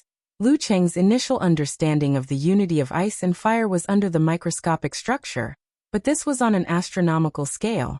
Extremely small and extremely large were also opposites and unified. And this was different from the image of Long Hu Immortal. As soon as the image appeared, Lu Qing's spirit was quickly drained. He had to withdraw and stop the visualization. He always felt that Long Hu Immortal had made a mistake when dealing with the starry sky image of the Jindan, treating the flames as the sun and the ice crystals as stars. His success in the end seemed to be a bit of a fluke. For a moment he suddenly understood why Peng Liyun took the college entrance examination, why he went to college, and why he chose the physics department of Shanghai University. In ancient times, martial artists did not have tools, nor did they have practical theories. They could only rely on themselves to understand nature, accumulating knowledge bit by bit, and passing it down from generation to generation. But in today's society, people had a more realistic understanding of matter and the universe. It was a waste not to use them for martial arts. Geyser stood aside with relaxed mind and body. He found that his disciple was not practicing severe warning, but was inexplicably in a daze, so he asked casually, "What are you doing?" Lu Cheng was too embarrassed to say his thoughts before because he was afraid of being laughed at by his master. Now that he was asked, he honestly said, "Master, I was thinking that since Longhu Immortal's ice and fire can be balanced and unified, why can't I mix the two visualization methods of Thunder Roar Zen and Frost Force together?" Geyser was stunned at first, then he convulsed with laughter. "Not bad, not bad. You have more ideas than I did when I was young. Give it a try, you can't go wrong. Only by giving it a try could one know what was whimsical, what was right, what was not enough, and what was a real idea that could be implemented." Lu Cheng blushed and felt a little embarrassed, but he also received his master's encouragement, and began to calm down and think about the similarities between Thundercloud and Ice Seal.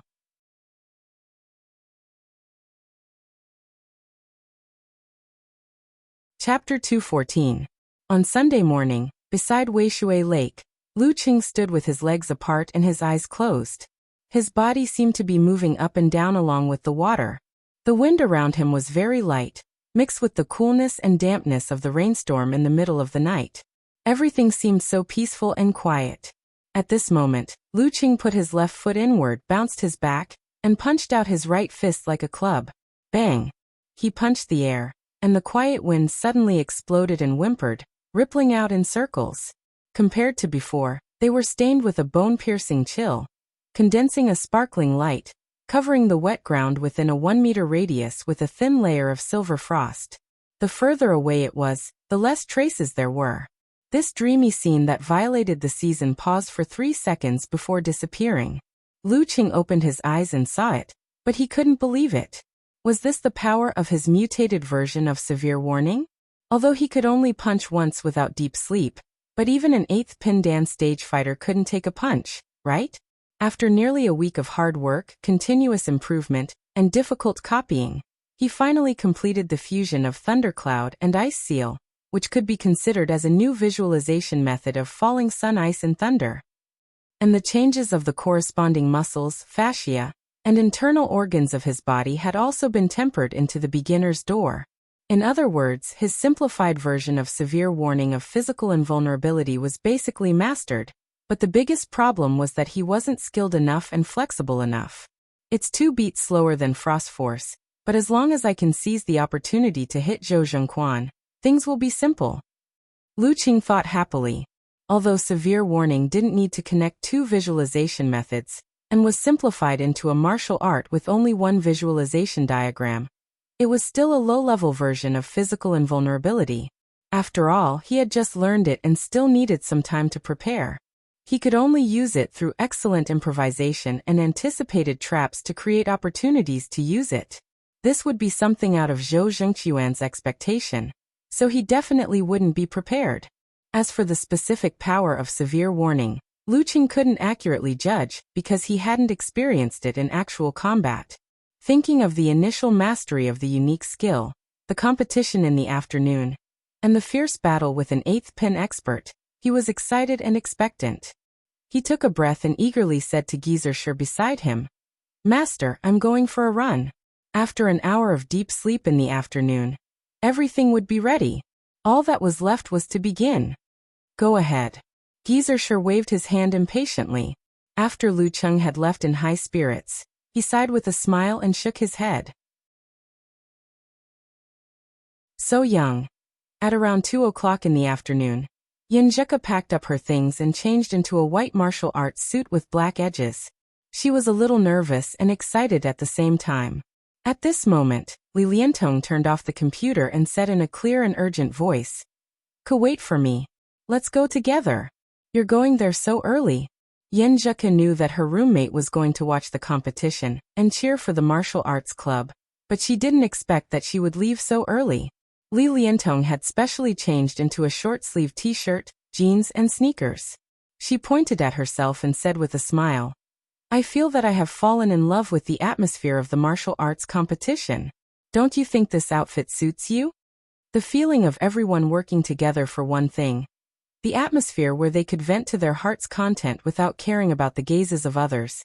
And the passion of shouting and singing for victory filled him with nostalgia and love.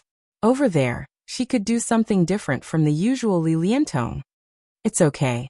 In fact, wearing the same martial arts suit makes me feel more involved. Yen Zhuka answered the question seriously first, and then looked at her roommate from head to toe. She teased. Dirty Tong, are you bewitched? I remember that you didn't like martial arts very much in the beginning. Isn't your love for filth and corruption? People change. Li Liantong said seriously. I'm such a quiet and sunny girl, so I need a little masculine hobby to balance neutralize it. Zhong Yanru had turned her head when they were talking. At this moment she snorted and said, Dirty Tong, you're becoming more and more suspicious. What do you mean by suspicious? Look, I've already prepared a small trumpet and an inflatable hammer. Li Liantong pulled out her weapons. Yen Zhuka pursed her lips and smiled, posing like a famous detective. You're even more suspicious. That's right, that's right. Dirty Tong, you weren't so enthusiastic about the martial arts competition before. Shi Xiangyang leaned over the bed and smiled ambiguously. Did you fall in love with a guy who practices martial arts? Li Liantong looked at her three roommates with an aggrieved expression. Am I such a person in your eyes? Yes. Yen Zhuka, Zhong Yanru, and Shi Xiangyang answered in unison. I've really fallen in love with martial arts competitions. Haven't I been watching your preliminaries all this time? I was moved by Lin Ke and your Cheng's performance, and attracted by the atmosphere during the competition. Believe me, I've almost become a die-hard fan of your martial arts club. Li Liantong said her thoughts in a joking tone. Yen Zhuka stopped teasing her and said with a faint smile, Welcome. It felt good to have someone supporting her, especially a familiar roommate. At this moment, Li Liantong's eyes turned, and she forgot about her seriousness. She smiled and said, you're in a favorable position and you've taken Cheng away. We're all good roommates, so we won't fight among ourselves. So does Lin Ke have a girlfriend? Wow. I knew you were up to no good. Zhong Yanru laughed out loud. Shi Xiangyang also rubbed her cheeks and said, I was saying that the Dirty Tong just now was so unfamiliar. This is your real face. Favorable position. It always feels weird when it comes out of Dirty Tong's mouth. Fortunately, they don't know that Lin Ke is my brother. Yen Zhuka thought and smiled. Dirty Tong, don't think about it. Lin Ke's character is not suitable for ordinary people. Speaking of this, she suddenly sighed. As a sister, who wouldn't want her brother to be happier and happier? But Li Liantong didn't care. She raised the inflatable hammer and said, Do I look like an ordinary person? After joking around, she called out to Zhong Yanru and Shi Xiangyang seriously. Ru Cabbage, let's go together. Let's cheer for the martial arts club. In the female dormitory of the Academy of Arts, Wu Qian finished her makeup and asked her roommates, Is anyone going to watch the competition? I still have something to do. I don't want to get out of bed, so I won't watch you guys show off your affection. Two of the girls immediately said that they wouldn't go. They were only interested in watching the martial arts club's competition at the beginning. Another quiet girl wearing large framed glasses hurriedly packed her things and said, Wu Qian, I want to go. Yanxi, you want to go? Wu Qian had expected the answer. She felt that the most likely person to not go today was her roommate, Fan Yanxi, who was a quiet artist. Fan Yanxi nodded seriously and said, Yeah, I like watching the martial arts club's competition. Wu Qian looked at her in confusion and didn't ask more. She smiled slightly and said, Then hurry up, I'll wait for you. Okay. Fan Yanxi nodded heavily. She was going to cheer for the martial arts club today. Yan Xiaoling was lying on the bed as usual. She quickly opened the live video website. At the same time, she was also looking at the information she collected and provided by the unparalleled Dragon King. Every time she flooded the forum, she would make fun of herself and say that it was okay if she didn't understand, and that she just had to be a love-struck fool. But in fact, she was a very serious and hardworking girl. She had been cramming martial arts knowledge to catch up with her friends. She couldn't always make fun of herself to maintain her position as a moderator. She had to cheer for Lu Cheng and the Songqing University Martial Arts Club later. In the Songqing University Martial Arts Club, Xu Rui sat in the reporter's seat. She looked at the interview prompts on her phone notebook and sighed in distress. She felt a headache when she thought of interviewing Lin Ke again today. Her phone screen lit up and showed a few lines of words. Lin K, martial arts fanatic. If he wins, he can talk and direct the questions to the details of the competition. If he loses, then. Xu Rui's thoughts were wandering. Suddenly, she felt the noisy stands become quiet. Instinctively, she looked at the gate and saw Zhou Zhengquan walking in first. He was wearing a black traditional Chinese costume with red patterns. His temperament was gentle and his manners were calm. The few spectators were stunned. Behind Zhou Zhengquan, Hou Yu, Yanjun, Li Shengnan and the others walked in one after another. On the 19th of May, 2:46 p.m., the Donglin Battle Squad arrived. The last match of the top 8 in Songqing Division.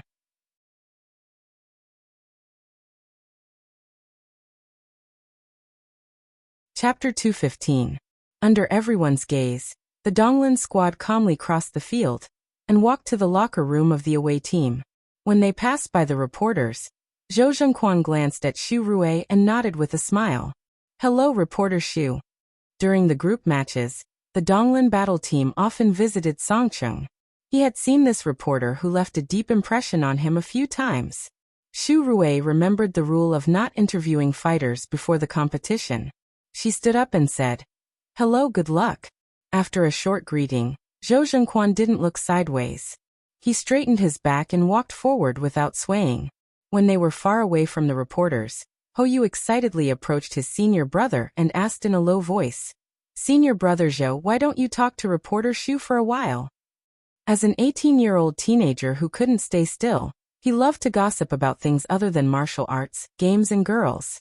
Xu Rui, whom he had met several times, and Yan Zhika, whom he had watched in the competition videos, were often mentioned in his discussions with his senior brothers and junior brothers. Now that he saw them in person, he couldn't help but tease them. Interviews before the competition will affect one's mood. Zhou Zhengquan answered calmly. That's true. Hou Yu nodded and then winked. Senior brother Zhou, do you want to ask for her phone number or QQ or WeChat later? Zhou Zhengquan chuckled. Not at all. Asking for a girl's contact information will ruin my image. Little monkey, can't you concentrate on the competition? Li Shengnan, who had sharp ears, scolded Hou Yu at this time. Hou Yu quietly stuck out his tongue and answered with a cheeky smile.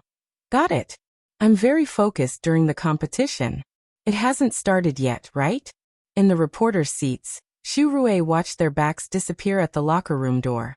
She shook her head and sneered. Show off. I've seen all kinds of men. When Lu Cheng, Yan Zhika, and the others arrived at the martial arts arena, there were not many spectators. But the students they met on the way recognized him as soon as they saw his clothes and temperament. Even if they didn't recognize him, they would know that he was Lu Cheng, the leading member of the martial arts club, after seeing Yan Zhika beside him. Come on, our entire dormitory is here to cheer for you guys. A cheerful boy clenched his fist and waved. Lu Cheng, you can do it. Although a girl was so shy that her voice was trembling, she still mustered up the courage to shout out. Lu Cheng didn't expect to receive such a warm reception. For a moment he didn't know how to react. He could only smile, nod and wave with a stiff expression. Yan Zhika curled her lips and held back her laughter. She pretended that she didn't know this guy and walked forward calmly. When they were almost at the door of the changing room, she laughed softly and said, Does it feel good to be a star? Lu Cheng rubbed his stiff cheek muscles and said with a wry smile, I finally understand a word flattered. This was the support of the students. This was both motivation and pressure. Filled with emotions, he pushed open the door of the locker room and let Yan Zhika enter first, followed by him. Clang. The bustling atmosphere was isolated from the outside world. At 3 o'clock sharp, all the participants of the preliminaries had arrived. Geezer sure drank a mouthful of wine and wiped his mouth. He looked around and said with a smile, Little Yan, this time you'll be the one to say the words. Me again? Yan Zhika was both angry and amused. Who was the coach? Smacked the table. Hearing their conversation, everyone, including Lu Cheng, couldn't help but laugh out loud. The tension that had been brewing before the match suddenly dissipated a lot. Even Lin K showed his emotions at that moment in a small arc that ordinary people couldn't detect. Yan Zhika rolled her eyes at her boyfriend and pursed her lips. Based on Wenxing School's previous behavior, and the fact that they won the first round, we can believe that they will adopt a safe strategy. They won't ask for credit, but they won't make any mistakes. Humph, I'll say it. Anyway, I've often discussed this with Chung before. As for the specific in-depth analysis of thinking, she didn't describe it, so as not to confuse everyone. That is to say, they will still let Zhou Zhengquan fight second instead of taking the risk of sending an 8th pin Dan stage fighter first or last. If Zhou Zhengquan is the first to enter the arena, it's very likely that the situation with Fearless Squad will repeat itself if he encounters Lin Ke and Lu Qing in that order. He will be defeated by Lu Qing, who has insane stamina. If he is the last to enter the arena, he will be worried that we will use Lu Qing as the vanguard. The premise of all this was that they didn't know that Chung could also be tired. And judging from the details of the last match and the feedback afterwards, no one except for herself had realized this. Isn't it the same as when they fight first? Sun Jian raised his hand and asked. Yinjuka shook her head like a coach. More or less the same, but the details will be adjusted. I think they will put Hou Yu last. Why? Li Mao and Guoqing asked in unison. Wenxing School knows that Hou Yu's supernatural ability can't be hidden from us, so they can't let him be a surprise attack. His fighting style are very suitable for last. Think about it. If Lu Qing and Lin Ke were in the same order, as long as Zhou Zhengquan didn't have a big problem, Lin Ke, who was facing Hou Yu, would definitely consume a lot of energy and show a decrease in strength, even if it wouldn't be as tiring as the last round. Then he would be restrained by the opponent who is good at monkey form. Moreover, his supernatural ability is special. Even if he takes precautions and raises his vigilance, he will still be easily affected when his body functions decline. If we let Lin Ke fight first, no matter if his opponent is Zhuo Yanjun or Li Shengnan, he will consume a lot of energy and reduce the pressure on Zhou Zhengquan. At that time, under the full power of the Dan stage, even if he can't defeat Lu Qing, there is a high chance that he will be injured. The fly-fall punch's waterfall is somewhat similar to tremor punch. Lu Cheng's physical strength is abnormal, but it doesn't mean he is invincible. Once he is affected, it will be very difficult for him to face Hou Yu, who is jumping around. Sun Jian understood Yinjuka's meaning and thought it was very reasonable. But another question arose. Since Hou Yu is so suitable for the last match, why didn't the Donglin squad arrange him like this before? First, to use his supernatural ability as a surprise attack. Second, Hou Yu's fighting style is very taxing on his body. We only mentioned Lu Qing and Lin Ke before, but we didn't mention you, Senior Sun Jian. Yinjuka smiled slightly. When Hou Yu defeats them, he will consume a lot of energy. He may not be able to beat you, and may lose 2-3. So they fought for victory in the last match, and this match is for stability. After saying that, she glanced around and remembered that she was shy. She blushed slightly and said, I'm done analyzing. The order of the martial arts club's appearance must be arranged by Coach Shi. Next to her, Lu Qing took the opportunity to consider the pros and cons of his appearance first or later. If he appeared first, he would encounter Zhou Zhengquan in his best condition. With his experience and strength, he might not find a chance to use severe warning. It could only be said that without the consumption of Hou Yu's supernatural ability, he would definitely perform better than he did in the Donglin squad. And there was hope that he could force out his opponent's continuous outbursts. If he fought later, Zhou Zhengquan would be weakened in all aspects after the fierce battle with Lin Ke, and Meng Qi was quite confident that he would be able to create an opportunity to use severe warning. However, the problem was that severe warning was currently a great burden to him. After defeating Zhou Zhengquan, he still had to continue fighting Hou Yu. Therefore, unlike when he fought first, he didn't need to consider a way to retreat, didn't need to be overcautious, and didn't need to hold back. He could go all out to fight Zhou Zhengquan, and find a good opportunity to use severe warning. Comparing the two, it was better for him to appear first. While his thoughts were running wild, Lu Qing didn't make the most beneficial choice for himself, because he had considered another problem.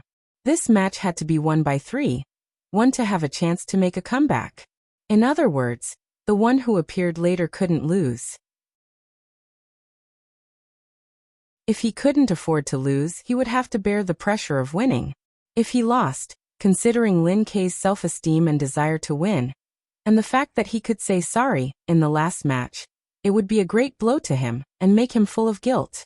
Normal people would be upset and feel pain for a while, let alone Lin Kei, who was a bit mentally ill. I can't put pressure on him and aggravate his problem. This was not because he sympathized with Lin Kei, but because he wanted to protect him. It was not only for the sake of Yenjika, but also because they were the two pillars of the martial arts club. After fighting side by side for so many matches, they had long developed a sense of camaraderie with each other. As one of the leading fighters, as a man, this was the time to use his shoulders. I'll bear the pressure. Lu Qing exhaled and said before Gizershur could say anything. Coach, I want to be the second to appear.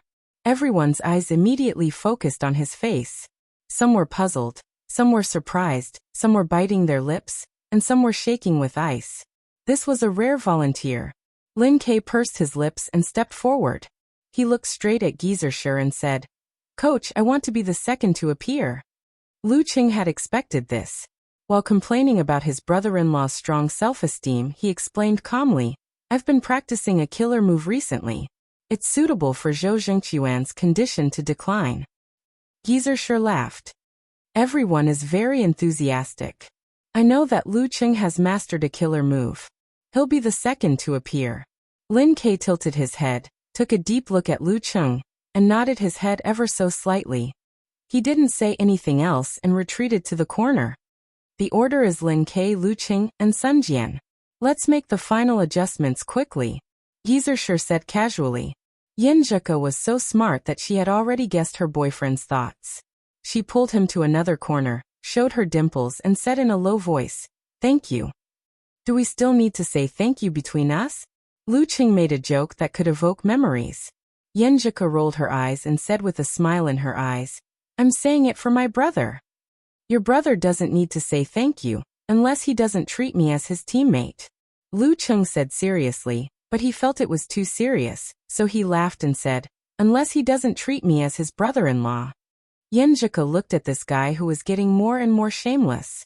She wanted to pinch him, but when she thought of his upcoming match, she held back her restless hand and snorted.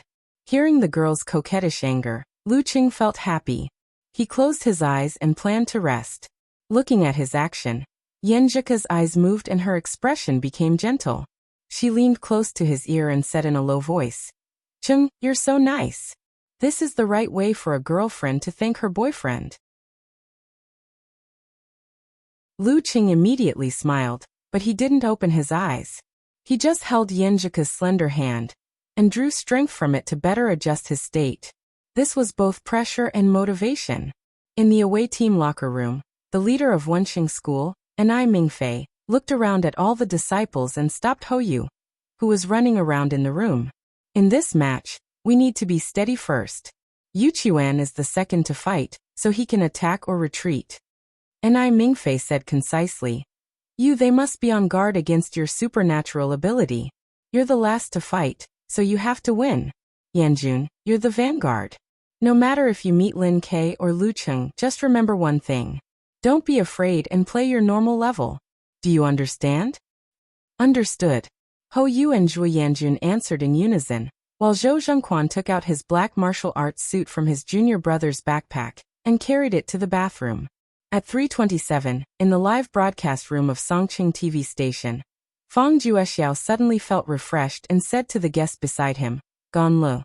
They're coming out, both sides are coming out.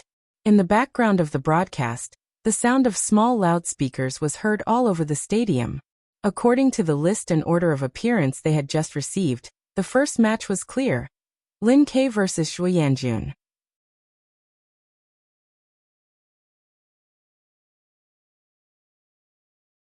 Chapter 216. In the stands, Li Liantong was still a little reserved and restrained. However, when she saw Lu Qing, Lin Kei, and the others walking out of the home team's locker room one after another, and heard the sound of the loudspeakers around her, the passion hidden in the depths of her heart was ignited. She raised her hands high, waved them back and forth, and shouted rhythmically with the audience nearby, Songqing University, Songqing University, Songqing University, go for it. Zhong Yanru and Shi Xiangyang saw their roommate's selfless performance and were stunned for a moment. They couldn't believe that this was the dirty Tong they knew. Whether she was quiet on the outside or dirty on the inside, she was very different from her current self. However, when the announcer started to read the names of the main force and substitutes of Songqing University Martial Arts Club, Li Liantong and the other audience members responded in an echo-like manner. They also felt that something was stirring in their hearts, and they were eager to vent something. They wanted to be part of this crazy but intoxicating atmosphere. Unconsciously, they also shouted. Because of their different personalities and habits, they were not as crazy as Li Liantong and still retained some reserve. But they also turned their voices into drops of water in the waves. Lin Ke, Lu Cheng, Wu Qian and Zhang Jingye followed Kai Zhongming and the others and shouted. Fan Yanxi held the loudspeaker and blew to her heart's content. Under her quiet appearance was a red face and passionate eyes. In such a tsunami of shouts, the referee stepped into the arena. He looked at both sides and made the final confirmation.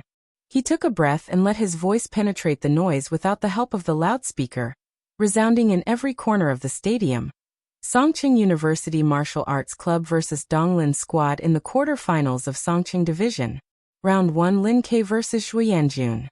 Lin Ke suddenly stood up. He didn't directly walk to the arena. Instead, he walked past Li Mao and Yanzhika and came in front of Lu Cheng, stretching out his right hand. Lu Cheng was stunned at first. Then he smiled and reached out his hand to Lin Ke for a high five. Go for it. Lin Ke nodded slightly, turned around, and stepped into the arena. Zhuo Yanjun was already standing there, as straight as a tree. She closed her eyes and rejoiced that she was still in the world of martial arts, and could still step into the arena. The enemy on the other side was not easy to deal with. Last time, when he was exhausted, he had given himself a fright. Now that they had met again, he believed that everyone was certain that he would win. It was just a matter of how much energy he had expended. But I don't think so. I've also trained step by step to become a strong professional ninth pin fighter. There's a gap between me and a Dan stage fighter, but it's not so big that I can't make up for it.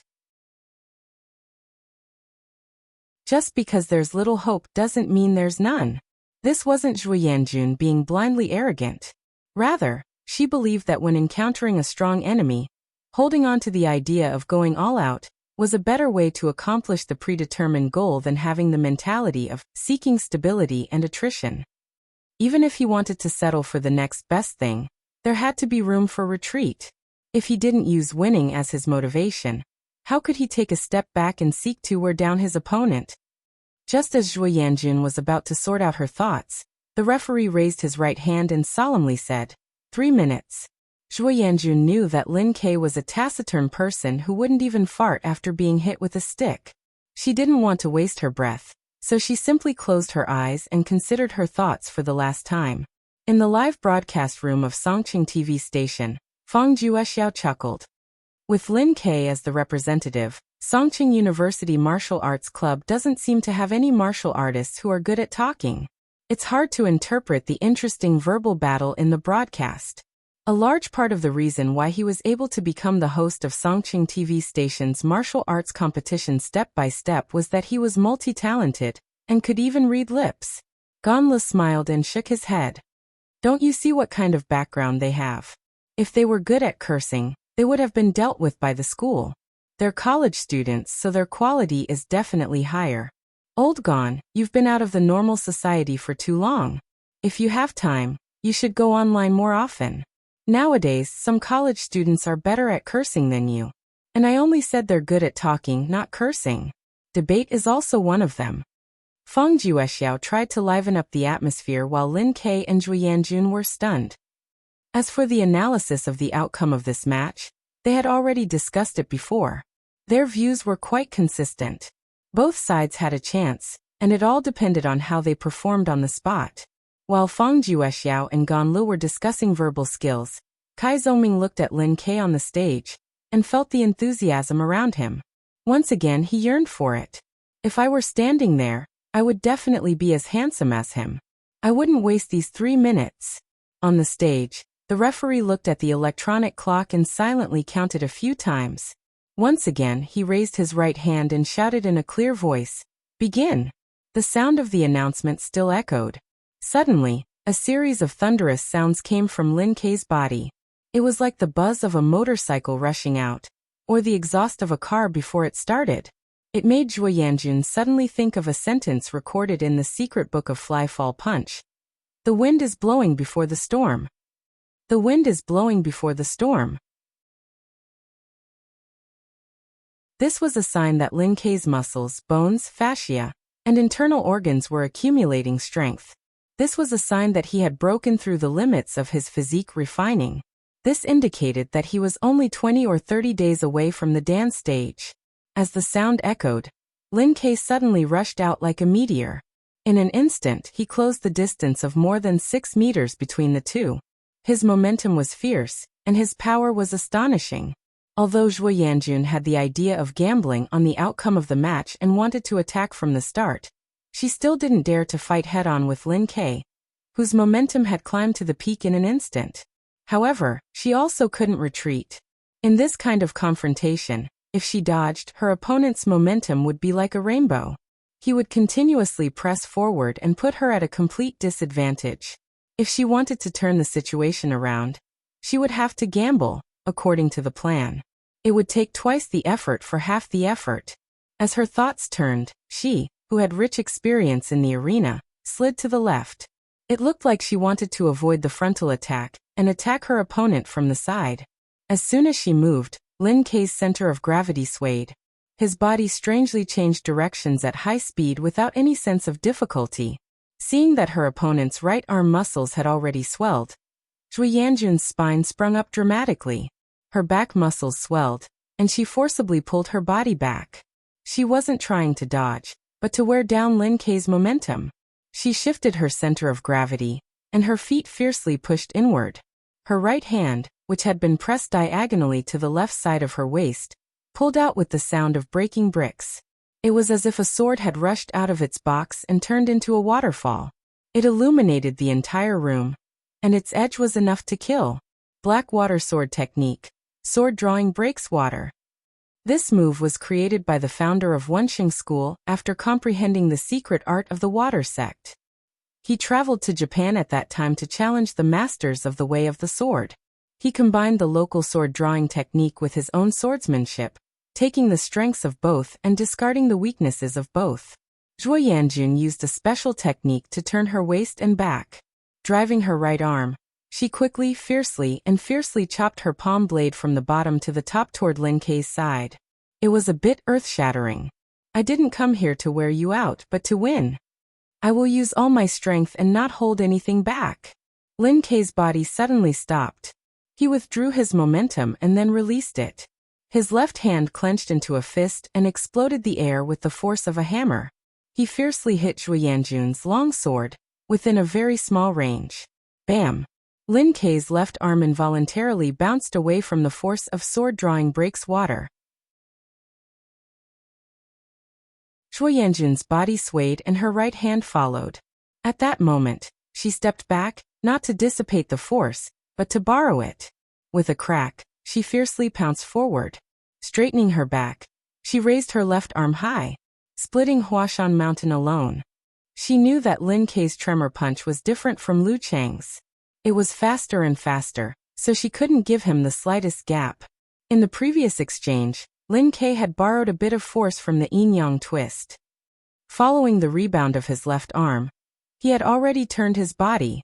At that moment, his right hand went up and firmly blocked the chop. Bam! Zhuo Yanjun's palm blade had just chopped Lin Kei's arm when her arm muscles strangely swelled and pushed up her martial arts suit. She had completed the long-awaited double force. Using this force, her left palm was like a blade. She was going to cut down and use the yin force to severely injure the muscles, fascia, and blood vessels under Lin Kei's skin. This way, he would need at least a month to recover. Black water sword technique's killing move. Yin-yang double wave. The chop was yang, and the cut was yin. The yang force injured the bones, and the yin force attacked the flesh. At this critical moment, Lin Kei's face suddenly flushed red. His temples suddenly swelled, and the muscles of his right arm followed suit. Bursting with strength, he counteracted Zhu Yanjun's force. The veins on the back of his hand bulged, as if they had doubled in size. After the swelling, Lin Ke first pulled his arm back and then bounced out, shaking off Zhu Yanjun's palm blade. Then he put strength in his waist and back, pouncing forward and switching from defense to offense. Zhu Yanjun didn't have time to adjust herself, so she could only continuously retreat. She saw Lin Ke coming closer and closer. His temples were swollen, and his left arm was about to deliver a fierce punch. She clenched her teeth and imitated Hou. When Lin Ke swung his fist, she suddenly squatted down and put her left hand behind her back. At that moment, Lin Ke's body trembled. His left fist suddenly swung back, and using his back as a fulcrum, he bounced out with his right leg. Bam! His right foot was taut, and his kick split the air. Zhu Yanjun hurriedly raised her left hand to her side, blocking Lin Ke's kick while her center of gravity was unstable. Bam! Her body swayed, but she didn't control it. She pushed the boat along the current to the right. Lin Ke's chi and blood all over his body abruptly shrank into a ball, and then suddenly erupted. Boom! His strength surging, Lin Ke crushed the black bricks under his feet and pounced forward. He rushed to Zhu Yanjun's side before she could regain her balance. His temples swelled, and he quickly swung his arm, blasting out a meteor energy. Zhu Yanjun didn't have time to dodge. She took a short breath and barely managed to raise her arms to block in front of her. Bam! She only felt like she had been hit by a bomb. Every bone in her body was shaking, and even her muscles and fascia were trembling. Coupled with her unstable center of gravity, she directly fell on her back. She had no time or ability to wriggle her abdominal muscles to make a ha-ha sound in order to counteract the shock. Lin Ke moved forward. His right hand didn't attack. Instead, he grabbed her arm and lifted her up. At that moment, the referee loudly announced, "First round, Lin Ke wins."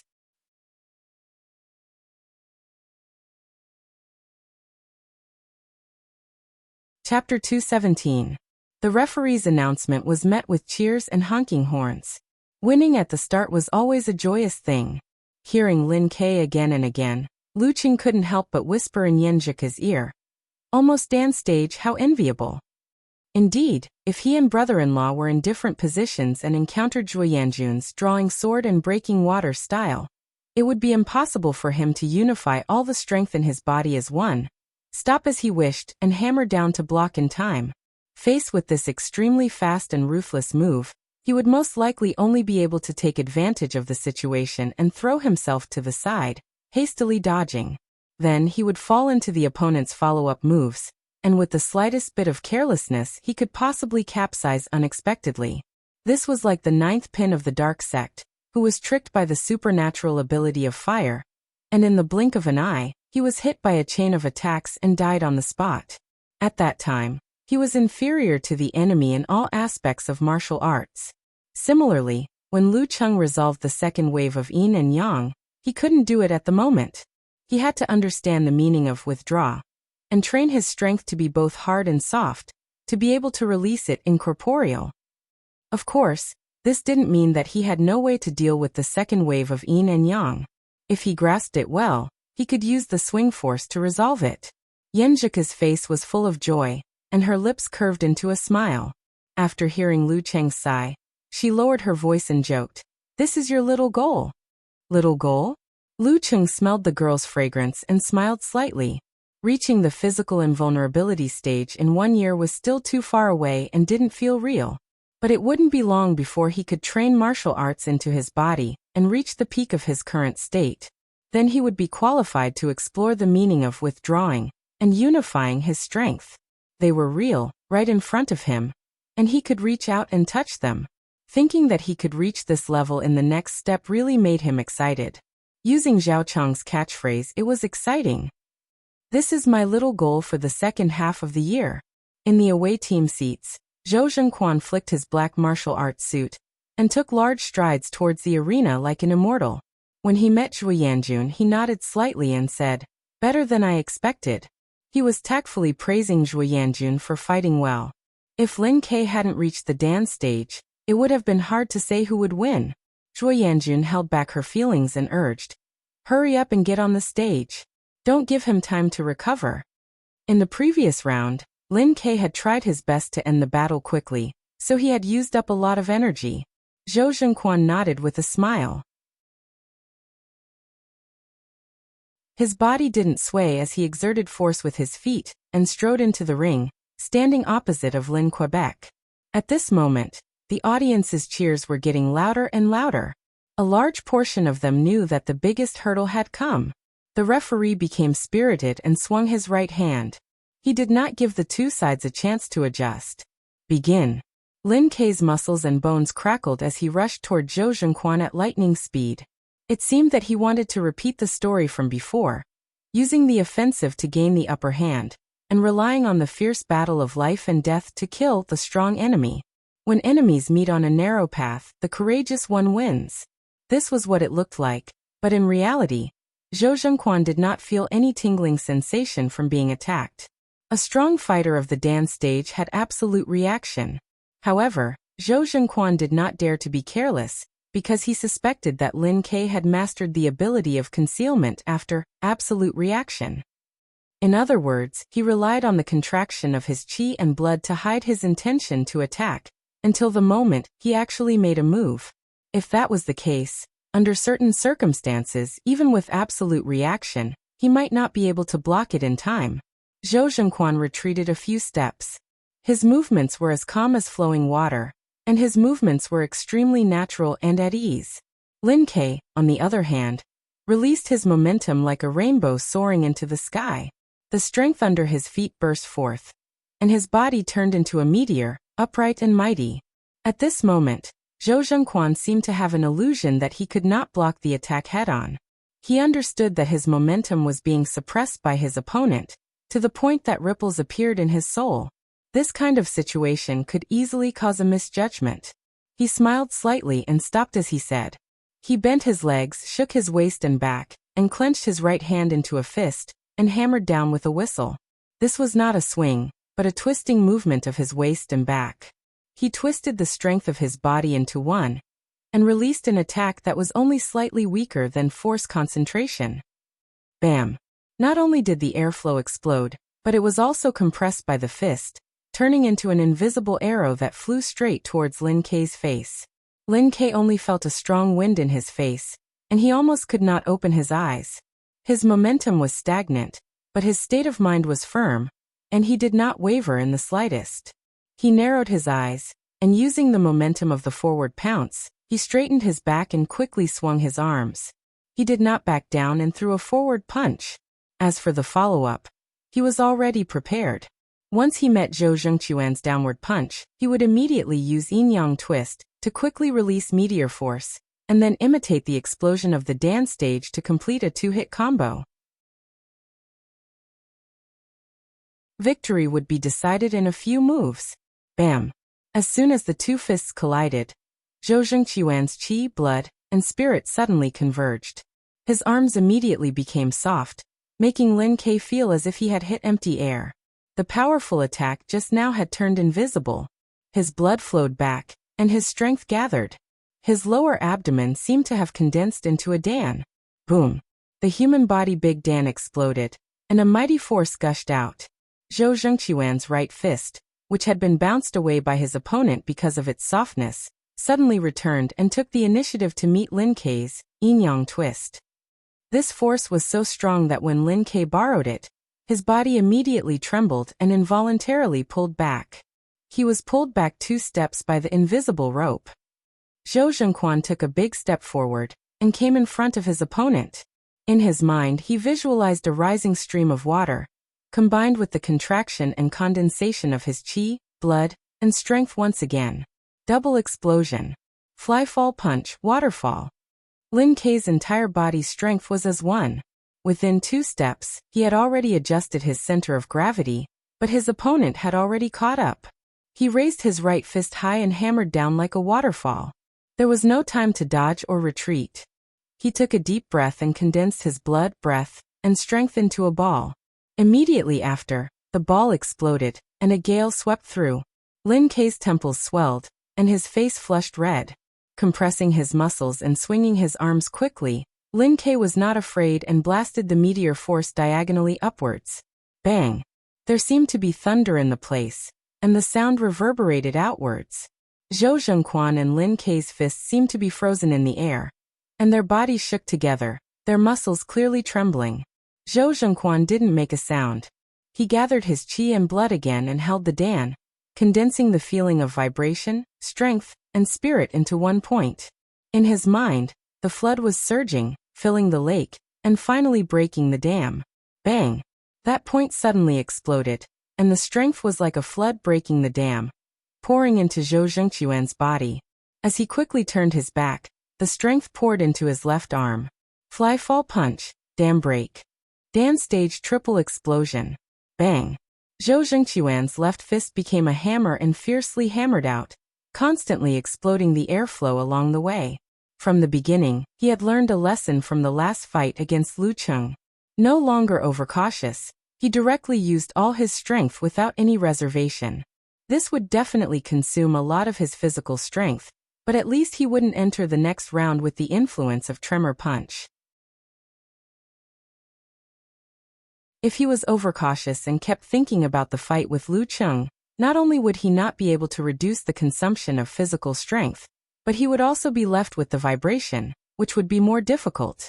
Lin Ke was not a real dance stage fighter, so naturally he couldn't burst out continuously. His eyes were firm and his expression was fearless while his body was still trembling. He once again swelled his temples, tightened his muscles, and twisted his waist to punch like a meteor. Bang! The two collided, and the majestic force surged. Lin Ke couldn't stand steadily anymore. He forced himself to use yin-yang twist to bounce back, so as not to break his arm and suffer internal injuries. But Zhou Zhengquan didn't suffer any shock, as he had expected it. He caught up with his opponent in a few steps. Before his opponent could adjust his center of gravity, Zhou Zhengquan's shoulder exploded, and his right arm shook, stopping his fist at Lin Ke's throat. Until then, Lin Ke's feet barely touched the ground. The power of triple explosion could really defeat all the fighters below professional 8th pin. The referee raised his right hand and shouted emotionlessly, "Second round, Zhou Zhengquan wins." Lu Qing took a deep breath and directly stood up from his seat.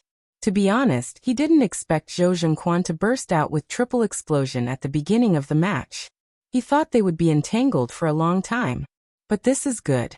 Although brother-in-law didn't let Zhou Zhengquan be affected by the vibration, at least I don't have to worry about his strongest killing move.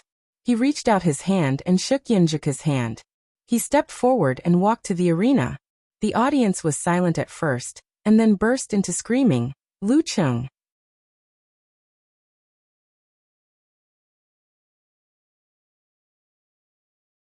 Chapter 218. In the live broadcast room of Songqing TV station, the host Feng Juexiao shook his head and smiled.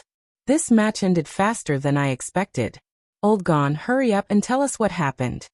Ganla smiled and said. Ganla chuckled and replied. There's nothing to say. Zhou Zhengquan's dance stage triple explosion, when he is in perfect condition, can kill a professional 8th pin fighter head-on. Lin Ke has just defeated a strong professional 9th pin fighter, and consumed a lot of energy. This is the exact opposite of last week's fight. At that time, Zhou Zhengquan had defeated Lu Cheng, while Lin Ke was in his peak condition. Therefore, today's result is reasonable. The only surprise is that Zhou Zhengquan didn't hold back at all from the beginning, as if he didn't consider the next round. Lin Ke should be proud. Zhou Zhengquan is treating him as an opponent of the same level. There's no need to be depressed. After all, he forced Zhou Zhengquan to use triple explosion of dance stage, right? Lu Qing doesn't have to worry about this in the next round. Feng Juexiao heard the director's prompt and interrupted in time. Well, Lu Qing is on the arena. The third round is about to start. Let's wait and see. Yin Xiaoling, who was watching the match broadcast and chatting on the forum, suddenly sat up straight and adjusted her posture, staring at the screen with bright eyes. Lu Qing! Lu Qing!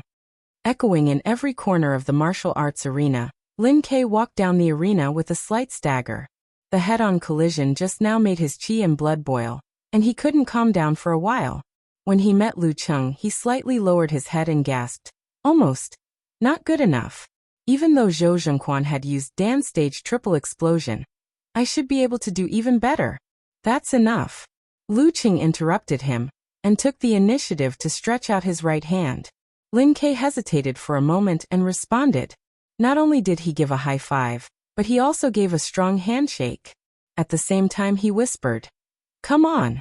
Lu Qing nodded, adjusted his state, and strode to the stone steps. Next, he had to find and create an opportunity to give Zhou Zhengquan a severe warning. Of course, this was a killing move that could only be used once. If he wanted to complete the severe warning, he could only use the Frost Force once or the Tremor Punch 3 or 4 times before that. At this moment, Zhou Zhengquan was doing breathing in and out methodically. His abdomen expanded and contracted, and his throat made a humming sound. Seeing Lu Qing on the arena and standing in front of him, the referee didn't stop. He raised his right hand and swung it down fiercely. "Begin." From the last match and the daily practice with Lin Ke, Lu Qing was sure that the fake moves completed by visualization could not be hidden from the real absolute reaction. Therefore, he didn't try. He straightened his knees, moved his hips, and strode towards Zhou Zhengquan. He didn't pounce straight away. Instead, he gathered his strength step by step and adjusted the corresponding parts of his body. He tightened and bulged different muscles and was ready to use severe warning. If Zhou Zhengquan felt that his posture was too good and couldn't help but attack with full strength, he would fall into his trap. But if he didn't fall for it, it was just a part of his body that hadn't entered the visualization stage, so it wouldn't consume much energy. This was Lu Cheng's first attempt. It seemed to be a regular attack, but it was full of hidden killing intent. Thump, thump, thump. Lu Cheng's steps became heavier and heavier. The green bricks under his feet began to crack. His body seemed to be taller with the support of momentum. He looked down at Zhou Zhengquan. When he turned his waist and extended his right arm, Zhou Zhengquan, who had been quietly waiting, moved. His center of gravity swayed, his feet slipped, and he flashed to his side. He shook his right shoulder and let his arms slanted out like an oar. Bam! Lu Qing knew that the trap was not complete, so he gave up visualization and didn't use the severe warning, in case he missed. He quickly adjusted his body. His waist tightened, his thighs tightened, and he completed a side kick. It was fast, accurate, and fierce. Zhou Zhengquan's shoulders sank, and he swung his center of gravity again. Like a ghost, he changed his position and came to Lu Cheng's right side. He tightened his arms and bent his waist again. He drew the airflow like an iron whip and whipped to Lu Cheng's head. Sure enough, he was fighting with the mercurial center of gravity. If he had used the severe warning recklessly, he would have suffered a great loss. Lu Qing thought. He suddenly lowered his waist and bent his legs. He clenched his fist and swung it upward, as if he was moving or blocking. Bang! With a muffled sound, Lu Qing swung his right arm and borrowed strength. When he was about to use the 24 blizzard strikes to whip Zhou Zhengquan, he found that Zhou Zhengquan's center of gravity swayed and changed his direction again. This caused an irreversible interruption of his roaring gale, making it difficult for him to fight more fiercely and crazily. Zhou Zhengquan flashed to Lu Cheng's back. He outlined his abdominal muscles and affected the fascia. He shot out his left arm and hit Lu Cheng's spine with a bang. This move was fast and compact. It was the continuation of fly-fall punch. Lu Qing swung his waist and back. He swung his elbow sideways. The air burst and made a crisp sound. After the fist and elbow hit, Zhou Zhengquan's back muscles bulged. He rushed his right hand and made another move without leaving any gap. Bang, bang, bang, bang, bang. They kept colliding in the small space. Lu Qing resisted Zhou Zhengquan's continuous attacks with the 24 blizzard strikes that he couldn't continue.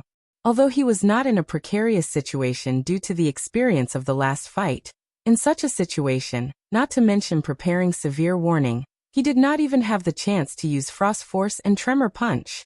Lu Qing seized the opportunity. After blocking Zhou Zhengquan's crushing punch with his raised arm, he suddenly turned his waist and back. He opened all his muscles and joints and sent out a violent swing force. He wanted to use the same trick he had used the last time. He wanted to use the swing force to create a short time for him to tighten and compress his muscles to throw the tremor punch.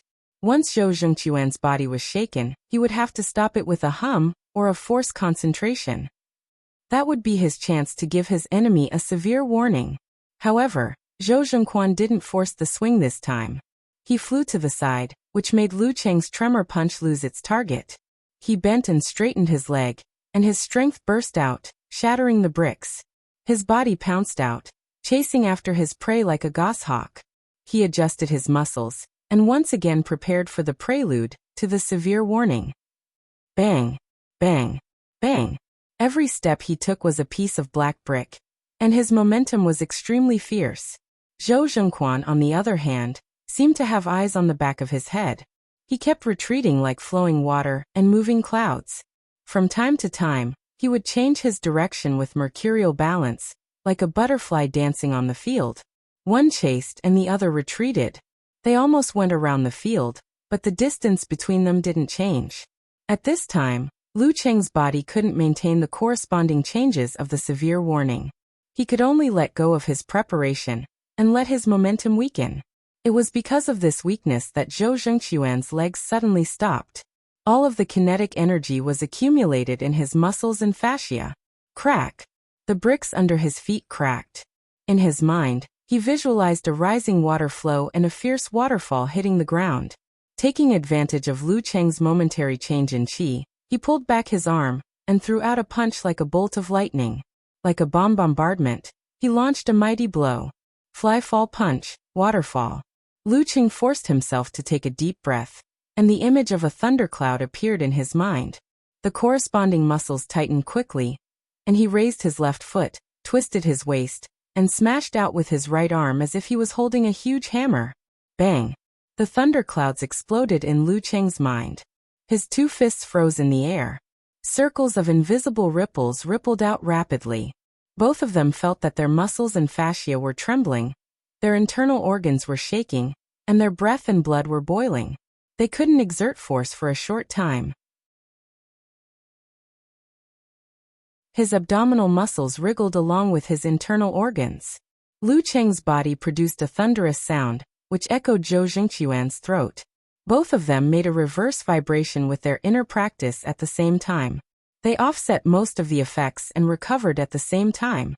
Zhou Zhengquan swayed his center of gravity again, and launched the fly-fall punch, continuation. Once Lu Cheng borrowed 2 or 3 times, he would change the rhythm skillfully and make his opponent unable to follow up. I can't be led by the nose. After fighting for a while, Lu Cheng decided to take the initiative to create an opportunity to launch the severe warning. When Zhou Zhengquan once again circled behind him with his mercurial balance, he suddenly exerted his strength, flicked his waist and back, and pounced forward. It seemed that he was trying to distance himself from Zhou Zhengquan and get rid of the fly-fall punch. Thump, thump, thump. Lu Cheng listened to the footsteps behind him and began to adjust his muscles and fascia. Once his opponent approached him, he would immediately launch a counterattack. Crack! He stepped on the ground and broke the black bricks. He turned around and was about to pounce on his opponent while visualizing the falling sun ice thunder to launch a well-prepared attack. However, when he turned around, he was stunned. Zhou Zhengquan kept a good distance from him so that he couldn't follow up with another attack. Otherwise, his opponent would have plenty of time to dodge. Zhou Zhengquan found Lu Cheng was stunned. He smiled and crooked his finger, like a cat playing with a mouse. This was a naked provocation and contempt, which made the audience and Yan Xiaoling, who was watching the live broadcast, so angry that their chests almost exploded. Damn it! Lu Cheng's anger rose in his heart, but he soon calmed down because of Hou Yu's example. He caught the key point in a flash. Zhou Zhengquan was deliberately provoking him. Why did he do that? Did he want me to take the initiative to attack, and take the initiative to try? As this thought flashed through his mind, Lu Cheng immediately came to a realization. Why would I painstakingly create an opportunity to use severe warning? As long as he waited patiently, this opportunity would definitely appear. Because in Zhou Zhengquan's eyes, my physical strength was so abnormal that it was almost limitless. But he had just completed the Dan stage triple explosion in the battle with Lin Ke, so his body was declining in all aspects.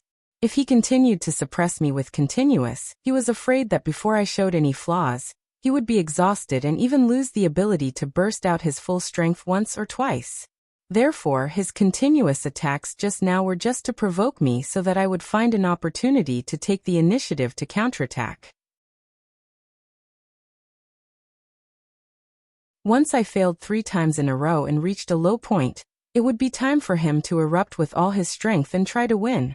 He was a little anxious before and thought that he had mastered the killer move, so he almost made a mistake. Facing Zhou Zhengquan's provocation, Lu Qing put on a stable stance and waved to his opponent. Come on. Let's compete in physical strength.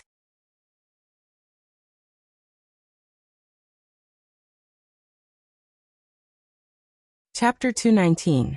Of course, Zhou Zhengquan was not stupid enough to compete with Lu Qing in terms of physical strength. This was the truth that the previous martyrs had proved with their own honor and disgrace. He was not that stubborn to confirm it himself. Sometimes people had to believe in evil. At first, he was sensitive enough to notice that Lu Qing was trying to end the fight quickly, so he planned to weaken his opponent's momentum bit by bit. When the time was right, he would immediately burst out and win with all his strength. Now that he saw Lu Qing calm down and assume a steady defense, his heart skipped a beat. He knew that his plan A was completely ruined and could no longer be realized. He could only try the plan B prepared before the fight. If so, my image will be ruined. Zhou Zhengquan arched his back and dashed forward like a bolt of lightning. When he was close to Lu Qing, he swayed his center of gravity and slid to Lu Qing's side as if he was treading on water. He twisted his waist and shoulder, twisted his whole body's strength, and punched his right arm diagonally. He performed the surge of fly-fall punch. Bam!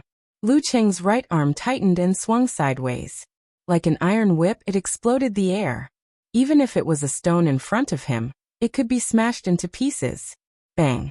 In the muffled sound, Lu Qing's body swayed a bit, while Zhou Zhengquan moved away and repeated the pattern just now. Bam, bam, bam, bam, bam. They kept fighting and separating. Fly-fall punches continuous, and 24 blizzard strikes showed their strengths. Everything was like a reenactment of the previous story. However, Lu Qing, who had calmed down, was very clear that the essence was different. The one who was looking for an opportunity impatiently was not himself, but Zhou Zhengquan. He patiently defended and assumed a posture to compete with physical strength consumption. At the same time, he was ready to face Zhou Zhengquan's full outbreak. At the climax of the battle, Zhou Zhengquan gradually gained the upper hand in this kind of close-range fight, where he couldn't use his feet to exert force. Lu Qing was firmly suppressed, and Lu Qing cooperated with this process, waiting for changes to appear. Bam! After Zhou Zhengquan's low kick failed, he hit Lu Qing's arm with a single whip. Lu Qing lowered his center of gravity, and suddenly turned his waist and back. His joints and muscles were all opened, and again a strong swing force was released. He knew that Zhou Zhengquan would not let go of this opportunity. Zhou Zhengquan's upper body swayed to the side. Just as he was about to be flung away, his qi and blood suddenly flowed back and gathered in his dantian, making him as steady as Mount Tai, not moving an inch. Amazing! Compared to exerting strength in both feet, borrowing the force to swing back, who knew how much more brilliant it was? Lu Qing praised in his mind. But he had already seized the short time to compress the corresponding muscles and fascia of his arms and visualize rolling thunderclouds. Then he suddenly pushed his left foot inwards, straightened his back, and clasped his hands together. In a manner that could split mountains and rocks, he slammed it diagonally from the top right to the bottom left. Mountain-shattering quake. Kacha! A spider web appeared at his feet. In Zhou Zhengquan's mind, there was the image of a waterfall pouring down from a towering mountain, the torrent violently crashing against the ground, and the spray of water splashing into the air. The condensed point in his dantian exploded with a bang. All of the power converged into one and gushed out fiercely, causing his arm to draw into a bow and his fist to turn into a hammer. Pa! Zhou Zhengquan's whole body seemed to expand. He shot out his right fist in a condescending manner, penetrating through layers of air. Fly-fall punch, waterfall. Bang! A muffled thunder sounded in the arena, shaking the cheers of the audience to a halt. Invisible ripples turned into a gust of wind, blowing in all directions from the place where Lu Cheng and Zhou Zhengquan clashed. Lu Cheng's body jumped a little, his ears were ringing, his eyes were dizzy, and his qi and blood were tumbling. It seemed that he could not bear the full power of the dance stage, and had to take a step back. 1 step was not enough. 2 steps, 3 steps, 4 steps. At the same time his abdomen wriggled and his body emitted a thunderous sound, counteracting the shock caused by the impact of the waterfall. Zhou Zhengquan, who was hit by the mountain-shattering quake of Thunder Roar Zen, was not in a good condition either. Every bone and every joint in his body was shaking, and every inch of his tendons and flesh was rippling. Seeing that Lu Cheng was retreating after the head-on collision, Zhou Zhengquan was unable to catch up with him and seized the opportunity to win. Such a scene was exactly what Lu Cheng had expected.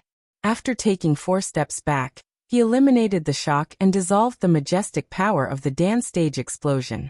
He began to adjust the corresponding parts of his body, preparing to stomp on the ground and take the initiative to counterattack. Severe warning. At this moment, the trembling of Zhou Zhengquan's body, the tumbling of his body, and the paleness of his face suddenly gathered together with his qi, blood, and mental strength to form a human body Big Dan. In the live broadcast room of Songqing TV station, Ganlu blurted out, "Double explosion." After completing the triple explosion of the dance stage, Zhou Zhengquan could still make another double explosion. Yan Shaoling, Brahmin and the rest of the audience, who had just heard the horror of the triple explosion of the dance stage from the commentator, held their breaths and felt inexplicably uneasy. According to last week's competition and the previous video, everyone guessed that Zhou Zhengquan could still complete the dance stage explosion 2 or 3 times without any injury. But no one expected that he could make another double explosion. Brahmin, Ganlu, Yanzhika, and Lu Qing did not expect this. When he saw Zhou Zhengquan's force concentration, he had only completed half of the preparation for the severe warning. It was too late. Lu Qing made a prompt decision and stopped the follow-up. He slightly adjusted the change of his body and changed it to the prerequisite of the frost force. Fortunately, the severe warning was a combination of the frost force. The two had too many similarities in the corresponding state of the bones, muscles, and viscera. The former was more complicated, while the latter was relatively simpler, which was suitable for Lu Qing to complete quickly. Boom. When pressed to the extreme, it could also explode to the extreme. The Dan in Zhou Zhengquan's body exploded, and all the accumulated strength in his body surged out, making him a little taller and more powerful. He caught up with Lu Qing in one leap, raised his right hand high, and turned it into a waterfall, surging down. The turbid river in Lu Cheng's mind suddenly froze and froze inch by inch. Its rolling posture became a still picture. The cold current in his body turned into a tide. Lu Cheng put his feet together, twisted his waist, and bounced his right arm, clenched his fist, and punched upward. Rocket-propelled cannon, frost force. Bang! Lu Cheng's body suddenly became shorter, and his feet sank into the bluestone a little. His qi and blood surged crazily, triggering the previous shock, shaking his viscera, muscles, and tendons. He almost tasted something sweet in his throat, which made him feel sick and uncomfortable.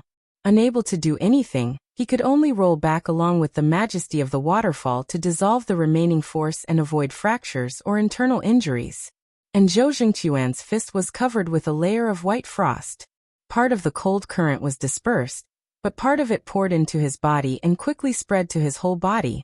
He couldn't help but shiver and stiffen his muscles. If his body was still in the same condition as before, he would naturally be able to quickly beat his heart, surge his blood, and dissolve the ice. But after forcibly completing 2 successive strikes, he was almost exhausted. Moreover, he was hit by a mountain-shattering quake, which made his viscera uncomfortable. For a short time, he actually stayed there and couldn't catch up with Lu Cheng, who had lost his center of gravity and lost his stance. Thump! Thump! Thump! Thump! Everyone was praying for Lu Cheng in silence, hoping that he could stand up first. Yanzhika couldn't sit still anymore. She stood up from her seat and looked at the arena with concern and anxiety. Thump!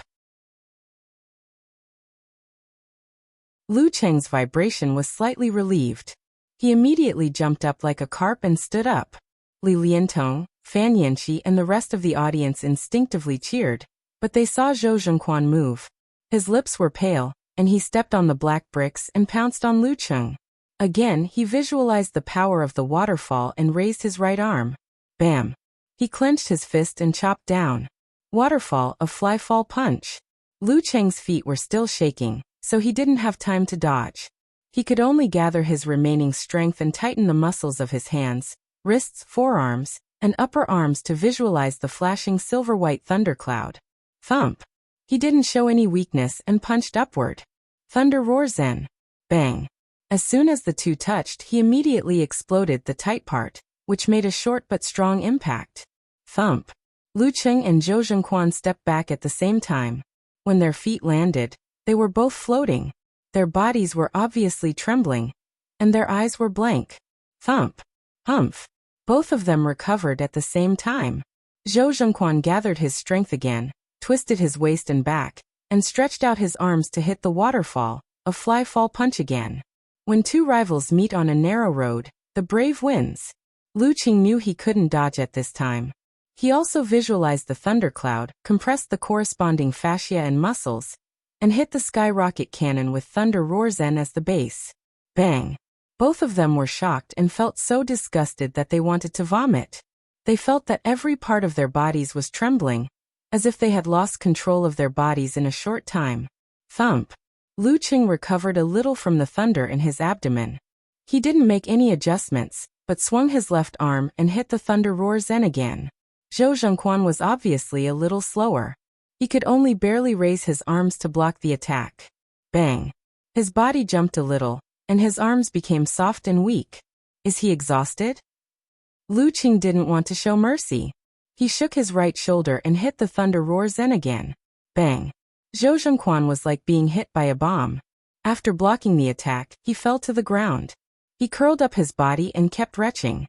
If he continued to fight, he would have internal bleeding. The referee raised his right hand and calmly shouted, "Round 3, Lu Cheng wins." Seeing the scene of Zhou Zhengquan falling to the ground and hearing the referee's announcement, Huan Fan, Yan Xiaoling, and the others in front of the computer, as well as Li Liantong, Fan Yanqi, and the other audience members in the scene, all let out a sigh of relief. Lu Cheng. While cheering, they were shocked to see Lu Cheng bend over and retch with a painful expression. Obviously, he was not relaxed. Yenjika's heart was in her mouth again. At this time, Lu Cheng, who felt uncomfortable all over, was a little confused. How could this battle be more difficult and dangerous than he expected?